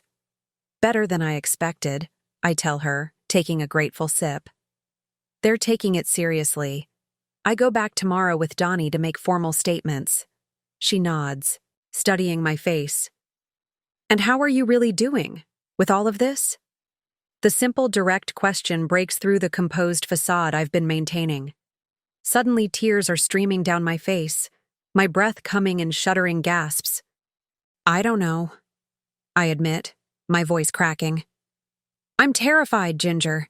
Terrified of what happens when Todd gets back tonight. Terrified of what this will do to Rosie. Terrified of the future. She moves to sit beside me, wrapping an arm around my shoulders. That's completely normal, but you're doing the right thing, Cammy. The brave thing. It doesn't feel brave, I whisper. It feels like I'm destroying my daughter's world. No, she says firmly. Todd destroyed it. You're just refusing to keep pretending it's still intact. We sit in silence for a few minutes, the weight of the coming confrontation hanging between us. Finally, I check my watch. 8:30 p.m. Todd's. Flight should be landing soon. Have you heard from him today? Ginger asks. Just a text this morning saying he was boarding his flight and looking forward to seeing his girls. I reply, the bitterness evident in my voice. I didn't respond. What do you think he'll do when he can't get in? I've considered this question extensively. Probably call, then text, then maybe try to get in through the garage or back door. When that doesn't work, he'll either give up and go to a hotel, or he'll make a scene. And if he makes a scene, that's why I had the security system installed, I say grimly. If he tries to force his way in, the alarm will go off, and I won't hesitate to call the police. My phone buzzes. A text from Donnie. Flight landed on time. They're currently at baggage claim. Another buzz follows immediately. Surveillance in place. We'll update as they leave airport. The sound of Todd's key scraping uselessly in the lock is followed by a second attempt, more forceful than the first. Then comes the inevitable knock, tentative at first, then louder, more insistent. I move to the door, my heart hammering in my chest. Ginger gives me an encouraging nod from the living room, staying out of sight, but close enough to intervene if needed. Taking a deep breath, I open the door, keeping the security chain engaged. Through the narrow gap, I see Todd, tanned from his Hawaiian vacation, dressed in casual designer clothes, his expression shifting from confusion to relief when he sees me. Cammy? Why is the lock changed? He asks, his tone conversational, as if this is a minor inconvenience rather than the first consequence of his betrayal. You know why, Todd, I reply, my voice steady despite the adrenaline coursing through me. His brow furrows in apparent confusion. What are you talking about? Let me in. It's been a long flight and I want to see Rosie. Rosie is asleep. I say, and you're not coming in. Not tonight. Not ever again. The pretense of confusion gives way to wariness. He studies my face, calculating, assessing how much I might know. Cammy, whatever you think is happening, I'm sure we can talk about it. Just let me in, and we'll sort this out. Like you sorted things out with Grace in Hawaii? I ask, watching, his expression carefully. Or should I call her Gabriella? His face drains of color, the tan suddenly looking artificial against his pallor. What are you— I know everything, Todd, I interrupt, no longer interested in his denials or excuses. The affair, the embezzlement, the offshore accounts, the property in Costa Rica, all of it. He stares at me, speechless for a moment, then attempts to recover. You're not making any sense. I've been at a business conference. I don't know what you're talking about. Stop lying, I say, my voice hardening. I have photographs of you and Grace at the Royal Palms. I have records of the money you've stolen. I have documentation of your plans to flee the country. It's over, Todd. All of it. He steps closer to the door, his expression darkening. Let me in, Camilla. Now. This is my house, too. Not anymore. I hold my ground, even as my pulse races. I've filed for divorce. The papers will be served tomorrow. I've also spoken with the SEC about your financial activities. At the mention of the SEC, real fear flashes in his eyes. You had no right, he hisses, abandoning all pretense. You have no idea what you've done. I know exactly what I've done, I counter.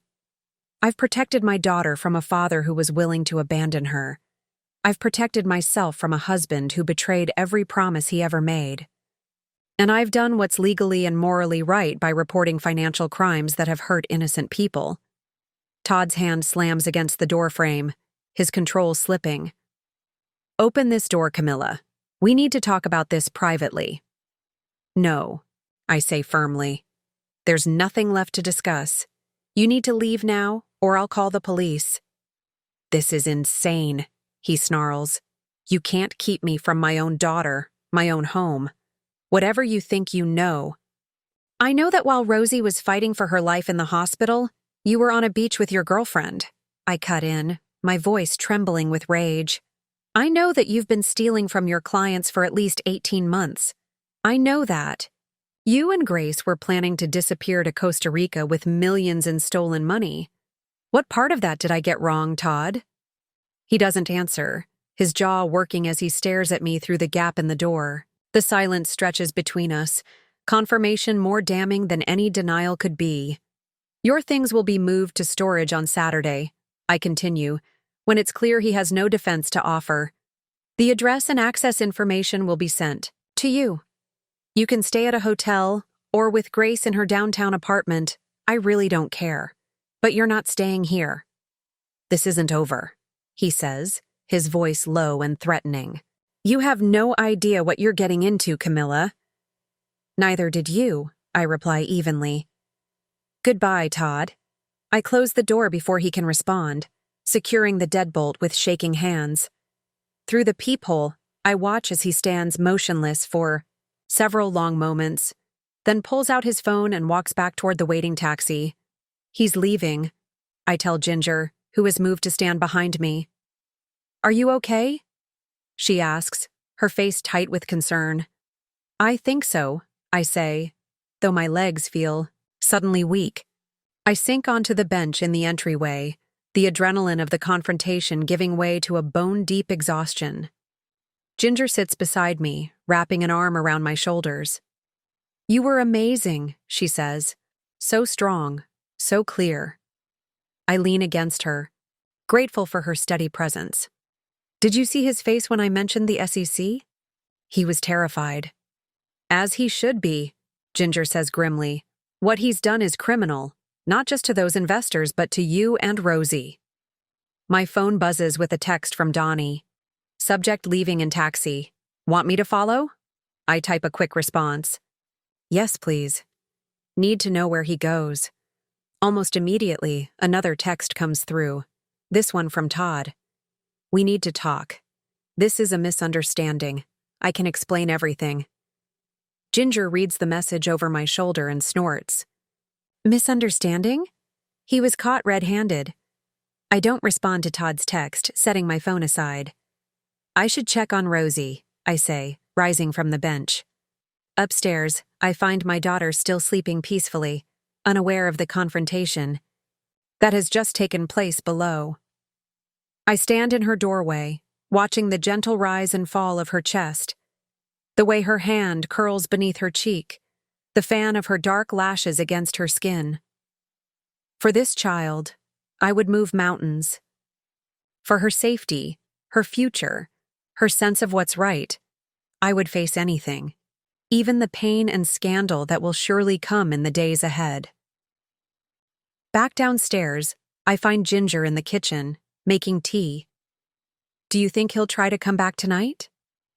She asks, handing me a steaming mug. I don't know, I admit, but that's why we have the security system. And Donnie watching him. We settle at the kitchen table, the house quiet around us. It's strange to think that just a week ago, my life seemed normal, predictable. I was managing projects at work, planning Rosie's summer activities, occasionally wondering why my marriage felt increasingly hollow, but pushing those thoughts aside as ordinary midlife discontent. Now everything has changed. I'm a single mother. My husband is a criminal. Our family as we knew it is gone. What happens tomorrow? Ginger asks quietly. I go back to the SEC with Donnie to give formal statements, I say, wrapping my hands around the warm mug. The divorce. Papers get served to Todd, and I start figuring out how to rebuild our lives. My phone buzzes again with an update from Donnie. Subject checked into Marriott downtown. We'll maintain surveillance until morning. I show Ginger the message, relief washing over me. At least for tonight, Todd is nowhere near us. Whatever comes next, his anger, his attempts to explain or manipulate, his potential legal troubles, can wait for tomorrow. You should try to get some sleep, Ginger suggests. It's been an incredibly long day, and tomorrow won't be any easier. She's right, of course. Between Rosie's discharge from the hospital, the meeting with the SEC, and the confrontation with Todd, I'm running on fumes, and tomorrow will bring its own challenges, More meetings, more decisions, more steps toward this new reality. As I prepare for bed, I pause in front of the mirror in the master bathroom. The woman looking back at me appears different somehow, her eyes harder, her jaw more set, her posture straighter despite the evident exhaustion. She looks like someone who has been broken but has begun the painstaking process of reassembling herself, piece by jagged piece. I barely recognize her, but I think I might like her. This woman who refused to look away, who chose truth over comfortable lies, who put her daughter's future above her husband's betrayal. She isn't who I was a week ago, but perhaps she's who I needed to become. Morning arrives too quickly, sunlight streaming through curtains I forgot to close. For a disorienting moment, I imagine it's just another day, that I'll hear Todd in the Vi shower, that Rosie will bounce in asking for pancakes, that our normal life continues undisturbed. Then reality crashes back. Todd is at a hotel downtown. Rosie is recovering from a life-threatening illness. And I'm preparing to give formal statements that could send my husband to prison. I check my phone, finding a series of texts from Todd ranging from pleading, "Please call me, we need to talk. This is all a misunderstanding," to angry, "You have no right to lock me out of my own house," to threatening, "You'll regret going to the SEC, you have no idea what you're getting into." I show the messages to Ginger over coffee while Rosie still sleeps upstairs. "You should share these with Donnie and the SEC," she advises, frowning at the threatening tone of the later texts. "And maybe consider a restraining order." "Already on my list for today," I tell her. Aaron suggested the same thing, especially now that Rosie's home. A text from Donnie confirms he's still monitoring Todd. Subject still at Marriott. Received visitor at 7:15 a.m., female, confirmed to be Grace Coleman. Both currently in hotel restaurant, so they're already coordinating, planning their next move. I wonder if they realize how thoroughly their scheme has unraveled, how completely their future plans have been derailed. The Costa Rica property, the offshore millions, the clean getaway, all of it now exposed and under investigation. Rosie comes downstairs around 8, moving slowly but insisting on walking unassisted. Her face lights up when she sees the pancakes Ginger is making, a small normalcy in our radically altered world. "Did Dad come home last night?" she asks, settling carefully at the kitchen island. I exchange a glance with Ginger before answering. "No, sweetie. Dad is staying somewhere else for now, like I explained." Rosie nods, accepting this with the resilience of childhood, though I see questions in her eyes that she's not yet ready to ask. For now, the pancakes and maple syrup are enough to distract her. After breakfast, I help her get settled on the living room couch with books, her tablet, and a direct view of the bird feeder outside the window, her favorite spot for recovery. Days when she's been sick. "Ginger's going to stay with you while I go to a meeting," I explain, tucking a blanket around her legs. "I shouldn't be gone more than a couple of hours." "Is your meeting about Dad?" she asks, showing that perceptiveness that still sometimes catches me off guard. I consider deflecting, but decide on honesty instead. "Yes, it is. There are some grown-up problems that need to be sorted out." "Because he wasn't here when I was sick?" "Partly," I say carefully. "But also because of some other choices he's made. I promise we'll talk more about it when you're feeling stronger."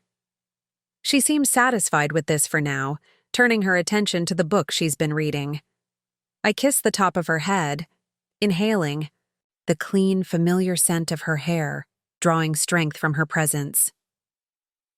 Donnie meets me outside Aaron's office building, his expression grave.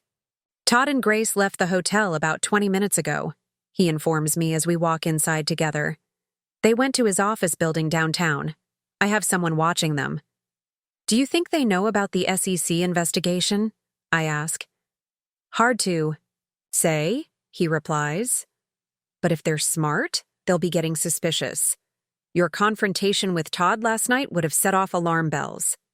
In Aaron's office, we're introduced to another SEC investigator who has joined Samantha Reeves, a stern-looking man named Carlos Martinez, who specializes in tracking international financial transactions. We've been reviewing the evidence overnight, Samantha explains once we're all seated in Aaron's conference room. Based on what we've seen, we've already initiated formal proceedings. Subpoenas are being prepared for your husband's firm, the offshore banks, and several individuals. How long will the investigation take? I ask. Carlos answers, his voice measured and precise. Financial fraud cases of this complexity typically take months, sometimes years, to fully investigate and prosecute. However, he adds, seeing my expression, the evidence of imminent flight risk may accelerate certain aspects. We're particularly concerned about the Costa Rica property and the movements of assets offshore. For the next 2 hours, I provide a detailed formal statement, describing exactly how I discovered Todd's betrayal, what financial records I had access to, and my complete lack of involvement in or knowledge of his criminal activities. Donnie follows with his findings, presenting evidence in a methodical, professional manner that seems to impress even the seasoned SEC investigators. Based on what we've heard today, we'll be moving quickly, Samantha says as the meeting concludes. You should be prepared for significant developments in the coming days. What kind of developments? I ask. She and Carlos exchange glances before she answers. Potentially the freezing of accounts associated with your husband, search warrants for his office and electronic devices, and possibly, depending on what additional evidence emerges, an arrest warrant. The word arrest sends a chill through me, despite everything I know about Todd's actions. The thought of him in handcuffs, facing criminal charges, is simultaneously satisfying and horrifying. What about Rosie? I ask, my voice smaller than I intended. How do I protect her from all this? Aaron, who has been mostly silent during the formal statements, speaks up. I've already drafted an emergency custody motion, which we can file today if you'd like. Given the circumstances, the court will almost certainly grant you temporary full custody while the criminal investigation proceeds. I nod, grateful for his foresight. Yes, please file it. I need to be sure Todd can't take her or make decisions about her care, especially now. As we leave Aaron's office, my phone rings with an unfamiliar number. Warily, I answer to find it's Brian Lincoln, one of the partners at Todd's firm. Camilla, he says, his voice tense. I need to speak with you urgently. About Todd. What about him? I ask cautiously. There are irregularities we've discovered this morning. Financial discrepancies that are extremely concerning. Todd isn't answering his phone, and we thought perhaps... He breaks off, clearly uncomfortable. Is there somewhere we could meet? So it begins. Todd's professional world starting to unravel alongside his personal one. I'm afraid I can't discuss this with you, Brian, I reply formally. I suggest you contact the Securities and Exchange Commission. They're already aware of the situation. A sharp intake of breath on the other end of the line tells me this information is unexpected. The SEC? Already? I see. Thank you for letting me know. After hanging up, I share the conversation with Donnie, who nods grimly. The house of cards is collapsing, he observes. Once one person at the firm starts looking closely at the accounts, others will follow. It won't take long before the full scope becomes apparent. And Todd will know it's happening, I say, the realization making me nervous. He'll be desperate. Which is why we need to maintain surveillance and security, Donnie affirms. I don't want to alarm you, but people in Todd's position sometimes make irrational decisions when they feel cornered. The warning stays with me as I drive home, checking my mirrors more frequently than usual, half expecting to see Todd's car following me. By the time I pull into my driveway, my knuckles are white on the steering wheel, tension coiled tight in my shoulders. Inside, I find Rosie and Ginger playing a board game. The normalcy of the scene a stark contrast to the legal and financial storm brewing elsewhere. Rosie looks up with a smile that falters slightly when she sees my expression. "What's wrong, Mom?" she asks, her perceptiveness once again catching me off guard. I force a smile, setting aside my worries for her sake. "Nothing, sweetheart, just a busy morning. Who's winning?" As I join them on the floor, trying to focus on the game rather than the upheaval surrounding us, I can't help but wonder where Todd is now, what he's doing, how he's responding to the walls closing in around him.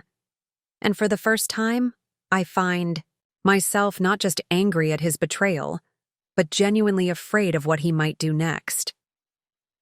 The next 48 hours unfold with dizzying speed. Aaron's emergency custody motion is granted by the judge, giving me sole decision-making authority for Rosie while the investigation proceeds. The SEC obtains search warrants for Todd's office, electronic devices, and financial records. Todd's firm places him on immediate administrative leave pending investigation. And through it all, Todd himself seems to vanish. "We lost track of him yesterday afternoon," Donnie tells me during a phone call that sends icy fear through my veins. He and Grace left his office separately. She returned to her apartment, but he never went back to the hotel. His phone appears to be turned off. Could he have fled the country? I ask, stepping out onto the back porch so Rosie won't overhear. "It's possible, but unlikely," Donnie assures me. "We alerted the SEC immediately, and they've placed both Todd and Grace on a watch list with Border Control and the TSA. If either tries to leave the country through normal channels, they'll be stopped." "And abnormal channels?" I press. "We're monitoring private airports and marinas as well," he says.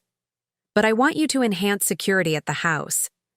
I'm sending over an additional alarm system component today, a panic button that will connect directly to police dispatch if needed." The suggestion that such a measure might be necessary sends a chill through me. "Do you really think he would try to come here? To confront me or take Rosie?" "I don't know," Donnie admits. "But in my experience, people who feel cornered sometimes make desperate choices. Better to be prepared." That evening, I sit with Rosie on her bed, reading one of her favorite stories even though she's really getting too old for bedtime stories. The normalcy of the ritual soothes us both, creating a bubble of peace amid the chaos our lives have become. "Mom?" she says as I close the book. "Is Dad in trouble?" I hesitate, weighing how much to tell her. "Yes, honey. He's made some bad choices, and now there are consequences for those choices." She considers this, her small face serious in the soft glow of her bedside lamp. "Like when I took that toy from Emma's house without asking, and I had to return it and apologize?" The innocence of the comparison makes my heart ache. "Something like that," I say gently, but much more serious. Dad broke some important rules that adults are supposed to follow. "Will he go to jail?"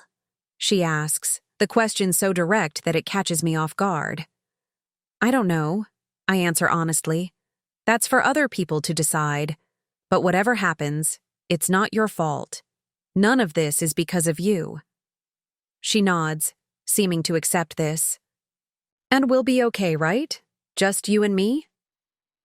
"Absolutely," I assure her, brushing back her hair. "We're going to be more than okay." As she drifts off to sleep, I find myself thinking about her question. Will we truly be okay? The foundations of our life have been shattered. Our financial future is uncertain, with accounts frozen and assets potentially subject to seizure. The scandal when Todd's crimes become public will affect Rosie at school, affect my standing in the community, affect every aspect of our lives. Yet as I watch my daughter's peaceful sleeping face, I feel a strange certainty growing within me.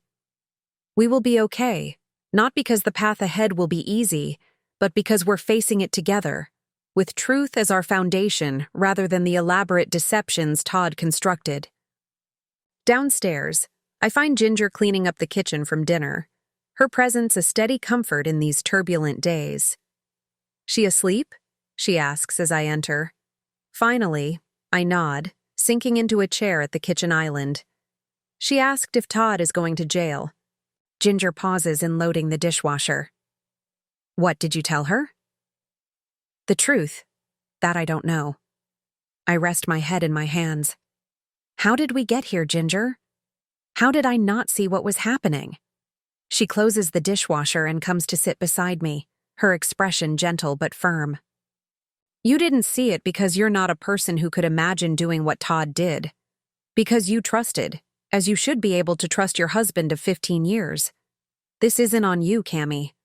Her words offer a small measure of the absolution. I've been seeking. The first fragile step toward healing the wounds Todd's betrayal has left. 3 days pass with no sign of Todd. The SEC investigation continues, with agents interviewing colleagues at his firm, combing through financial records, and tracking the movement of funds through various accounts. Each day brings new revelations about the extent of his fraud, the sophistication of the scheme, the number of victims affected. I try to shield Rosie from these developments, focusing instead on her recovery. Her strength returns steadily, her appetite improves, and the follow-up appointment with Dr. Winters confirms she's progressing well. The medical crisis, at least, appears to be behind us. Have you thought about what comes next? Julianne asks during one of our daily phone calls. My sister has been a constant source of support, though she's respected my wish to handle things on my own for now. Honestly, I've been too focused on getting through each day, I admit. Between Rosie's recovery, the SEC investigation, and Todd's disappearance, I haven't had much capacity for long-term planning. But you will need a plan, she points out gently. For when the dust settles. She's right, of course. The comfortable life we had, the spacious house in an expensive neighborhood, Rosie's private school, the summer vacations, was at least partially built on fraudulent income. Even if I can keep the house in the divorce, can I afford the mortgage on my architect's salary? What about Rosie's tuition? The future stretches before me, filled with question marks. Yet amid these uncertainties, something unexpected begins to take shape. A sense of purpose I hadn't anticipated. It starts with a call from another parent at Rosie's school, whose voice is hesitant, almost apologetic. I hope you don't mind me reaching out, she says after introducing herself as Miranda, mother of Rosie's classmate Zach. I heard about what happened with your husband. My family went through something similar 3 years ago. She explains that her ex-husband had also committed financial fraud, leaving her to navigate the aftermath with their children. It was the most isolating experience of my life, she confesses. No one knew what to say to me. People treated me like I was either complicit or completely clueless. Neither felt good. Her words resonate deeply, articulating feelings I've struggled to name. That's exactly it, I say, relief washing over me at being understood. I feel like I'm wearing a scarlet letter for something I didn't even do. It gets better, she assures me. And I'd be happy to get coffee sometime. Sometimes it helps just to talk to someone who's been there. After we hang up, I find myself contemplating our conversation. There must be others like us, partners left behind to deal with the wreckage of financial crimes they didn't commit. People navigating the complex emotions of betrayal, public shame, and uncertainty about the future. That evening, as Rosie works on her science project at the kitchen table, I open my laptop and begin researching support resources for families affected by financial fraud. What I find is surprisingly limited. Plenty of resources for victims who lost money, but very little for the families of perpetrators who are victims in a different way. An idea begins to take shape, small at first, then growing more defined. Perhaps there's a purpose waiting for me in this pain, a way to transform this experience into something meaningful. The call comes on a Tuesday morning, exactly 2 weeks after Todd disappeared. Samantha Reeves from the SEC, her voice carrying an urgency that immediately sets my pulse racing. We've found them, she says, without preamble. Todd and Grace were apprehended trying to cross into Canada near Vancouver. They had fake passports, cash and electronic devices containing evidence of their financial activities. I sink into a chair, legs suddenly weak. They're in custody? Yes. The FBI is handling the arrest due to the interstate nature of the crimes. They'll be brought back to Seattle to face charges. After hanging up, I sit motionless, processing this development. Todd will return to Seattle not as the successful investment director, but as a prisoner facing serious federal charges. His carefully constructed life has collapsed completely, leaving only the truth of who he really is. That evening, after Rosie has gone to bed, I find myself drawn to our home office, a space I've avoided since discovering Todd's betrayal. His presence lingers here, family photos on the desk, his collection of fountain pens, books on investment strategies lining the shelves. I begin methodically removing these traces, placing personal items in boxes for storage, replacing his books. With my architectural references, rearranging the furniture to create a space that feels like mine. With each change, I feel a little lighter, a little more in control of my own environment. As I work, I reflect on the journey of the past 2 weeks. From the moment I discovered Todd's betrayal through the text from Hawaii to this point of partial resolution. The pain hasn't disappeared, but it's transforming into something different, something that feels less like an open wound and more like a scar that will always mark me, but no longer debilitates. The next morning brings another significant development. Aaron calls with news about our financial situation. The judge has approved your petition to unfreeze your personal accounts and the accounts designated for Rosie's education, he explains. Since you've been fully cooperative with the investigation, and there's no evidence you had knowledge of or benefited directly from Todd's illegal activities, you'll be allowed to maintain control of assets that can be proven to come from legitimate sources. What does that mean practically? I ask, desperate for clarity about our future.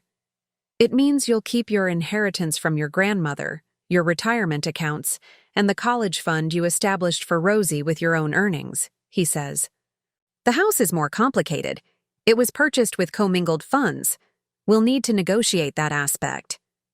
It's not complete financial security, but it's more than I dared hope for. We won't be destitute. Rosie can stay in her school. We have a foundation to build upon.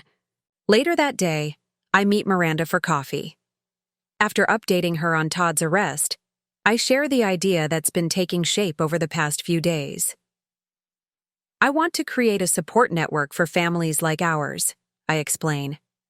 People who are dealing with the aftermath of a loved one's financial crimes. There's so little out there specifically addressing our unique situation. Miranda's eyes light up. That's brilliant. I would have given anything for something like that 3 years ago. Would you be interested in helping me get it started? I ask. Absolutely, she says without hesitation. Where do we begin? For the first time in weeks, I feel a genuine spark of excitement about the future. Not the future I had planned or expected, but one with new purpose and meaning emerging from the wreckage of betrayal. 6 months later, I stand at the back of a community center meeting room, watching as 15 women and 3 men introduce themselves to each other, sharing stories of betrayal, shock, and resilience. This is the 3rd meeting of Aftermath, the support group Miranda and I launched for families affected by financial crimes. What began as a small idea has blossomed into something meaningful. We have a website now, a resource guide, and connections, with legal experts willing to provide pro bono consultation. Local media picked up our story last month, bringing new members and expanding our reach. Across the room, Rosie sits with Miranda's son, Zach, both children engaged in an art therapy session designed specifically for kids processing a parent's criminal actions. Watching my daughter's confident brushstrokes, the easy way she explains her artwork to the counselor, I feel a surge of pride and relief. The past 6 months haven't been easy. Todd's case continues to work its way through the federal court system, each hearing bringing fresh media attention and renewed gossip at Rosie's school. We did have to sell the house, a practical necessity and an emotional cleansing, moving instead to a charming bungalow closer to my office, with a garden Rosie has claimed as her special project. I've testified before grand juries, met with prosecutors, endured depositions where Todd's attorneys questioned my knowledge and involvement. Through it all, I've maintained my dignity and my truth, setting an example for Rosie of how to face adversity with grace and integrity. Todd himself remains largely a shadow, glimpsed only at mandatory court appearances where he avoids my gaze. The man I thought I knew for 15 years has faded into something unrecognizable, hollow-cheeked, subdued, diminished by the consequences of his choices. We've spoken only once since his arrest, a carefully supervised conversation requested by his attorney as part of plea deal negotiations. He offered what sounded like a rehearsed apology, words that might have moved me months ago, but now felt inconsequential against the magnitude of his betrayal. "I hope someday you'll understand," he said at the end, to which I simply responded, "I understand perfectly. That's the problem."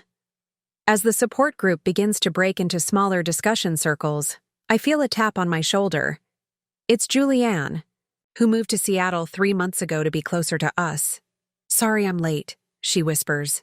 "The traffic was terrible." "You're right on time," I assure her, linking my arm through hers. "We're just getting to the important part." Together, we join one of the circles, where a young mother is describing her shock at discovering her husband's Ponzi scheme. As I listen to her story, different in details but so familiar in essence, I'm struck by how far I've come from that hospital room where I first discovered Todd's betrayal. The pain hasn't disappeared completely. I still have moments of anger, of grief for what might have been, of worry for Rosie's future. But those emotions no longer define me. Instead, I'm defined by the strength I found in crisis, the community I've built from shared suffering, and the purpose that emerged from chaos. This isn't the life I planned. It's better, harder in some ways, but more authentic, more purposeful, more truly mine. As I glance over at Rosie, seeing her laugh at something Zach said, I know with absolute certainty that we didn't just survive Todd's betrayal, we transcended it. Up next, you've got 2 more standout stories right on your screen. If this one hit the mark, you won't want to pass these up. Just click and check them out. And don't forget to subscribe and turn on the notification bell so you don't miss any upload from us.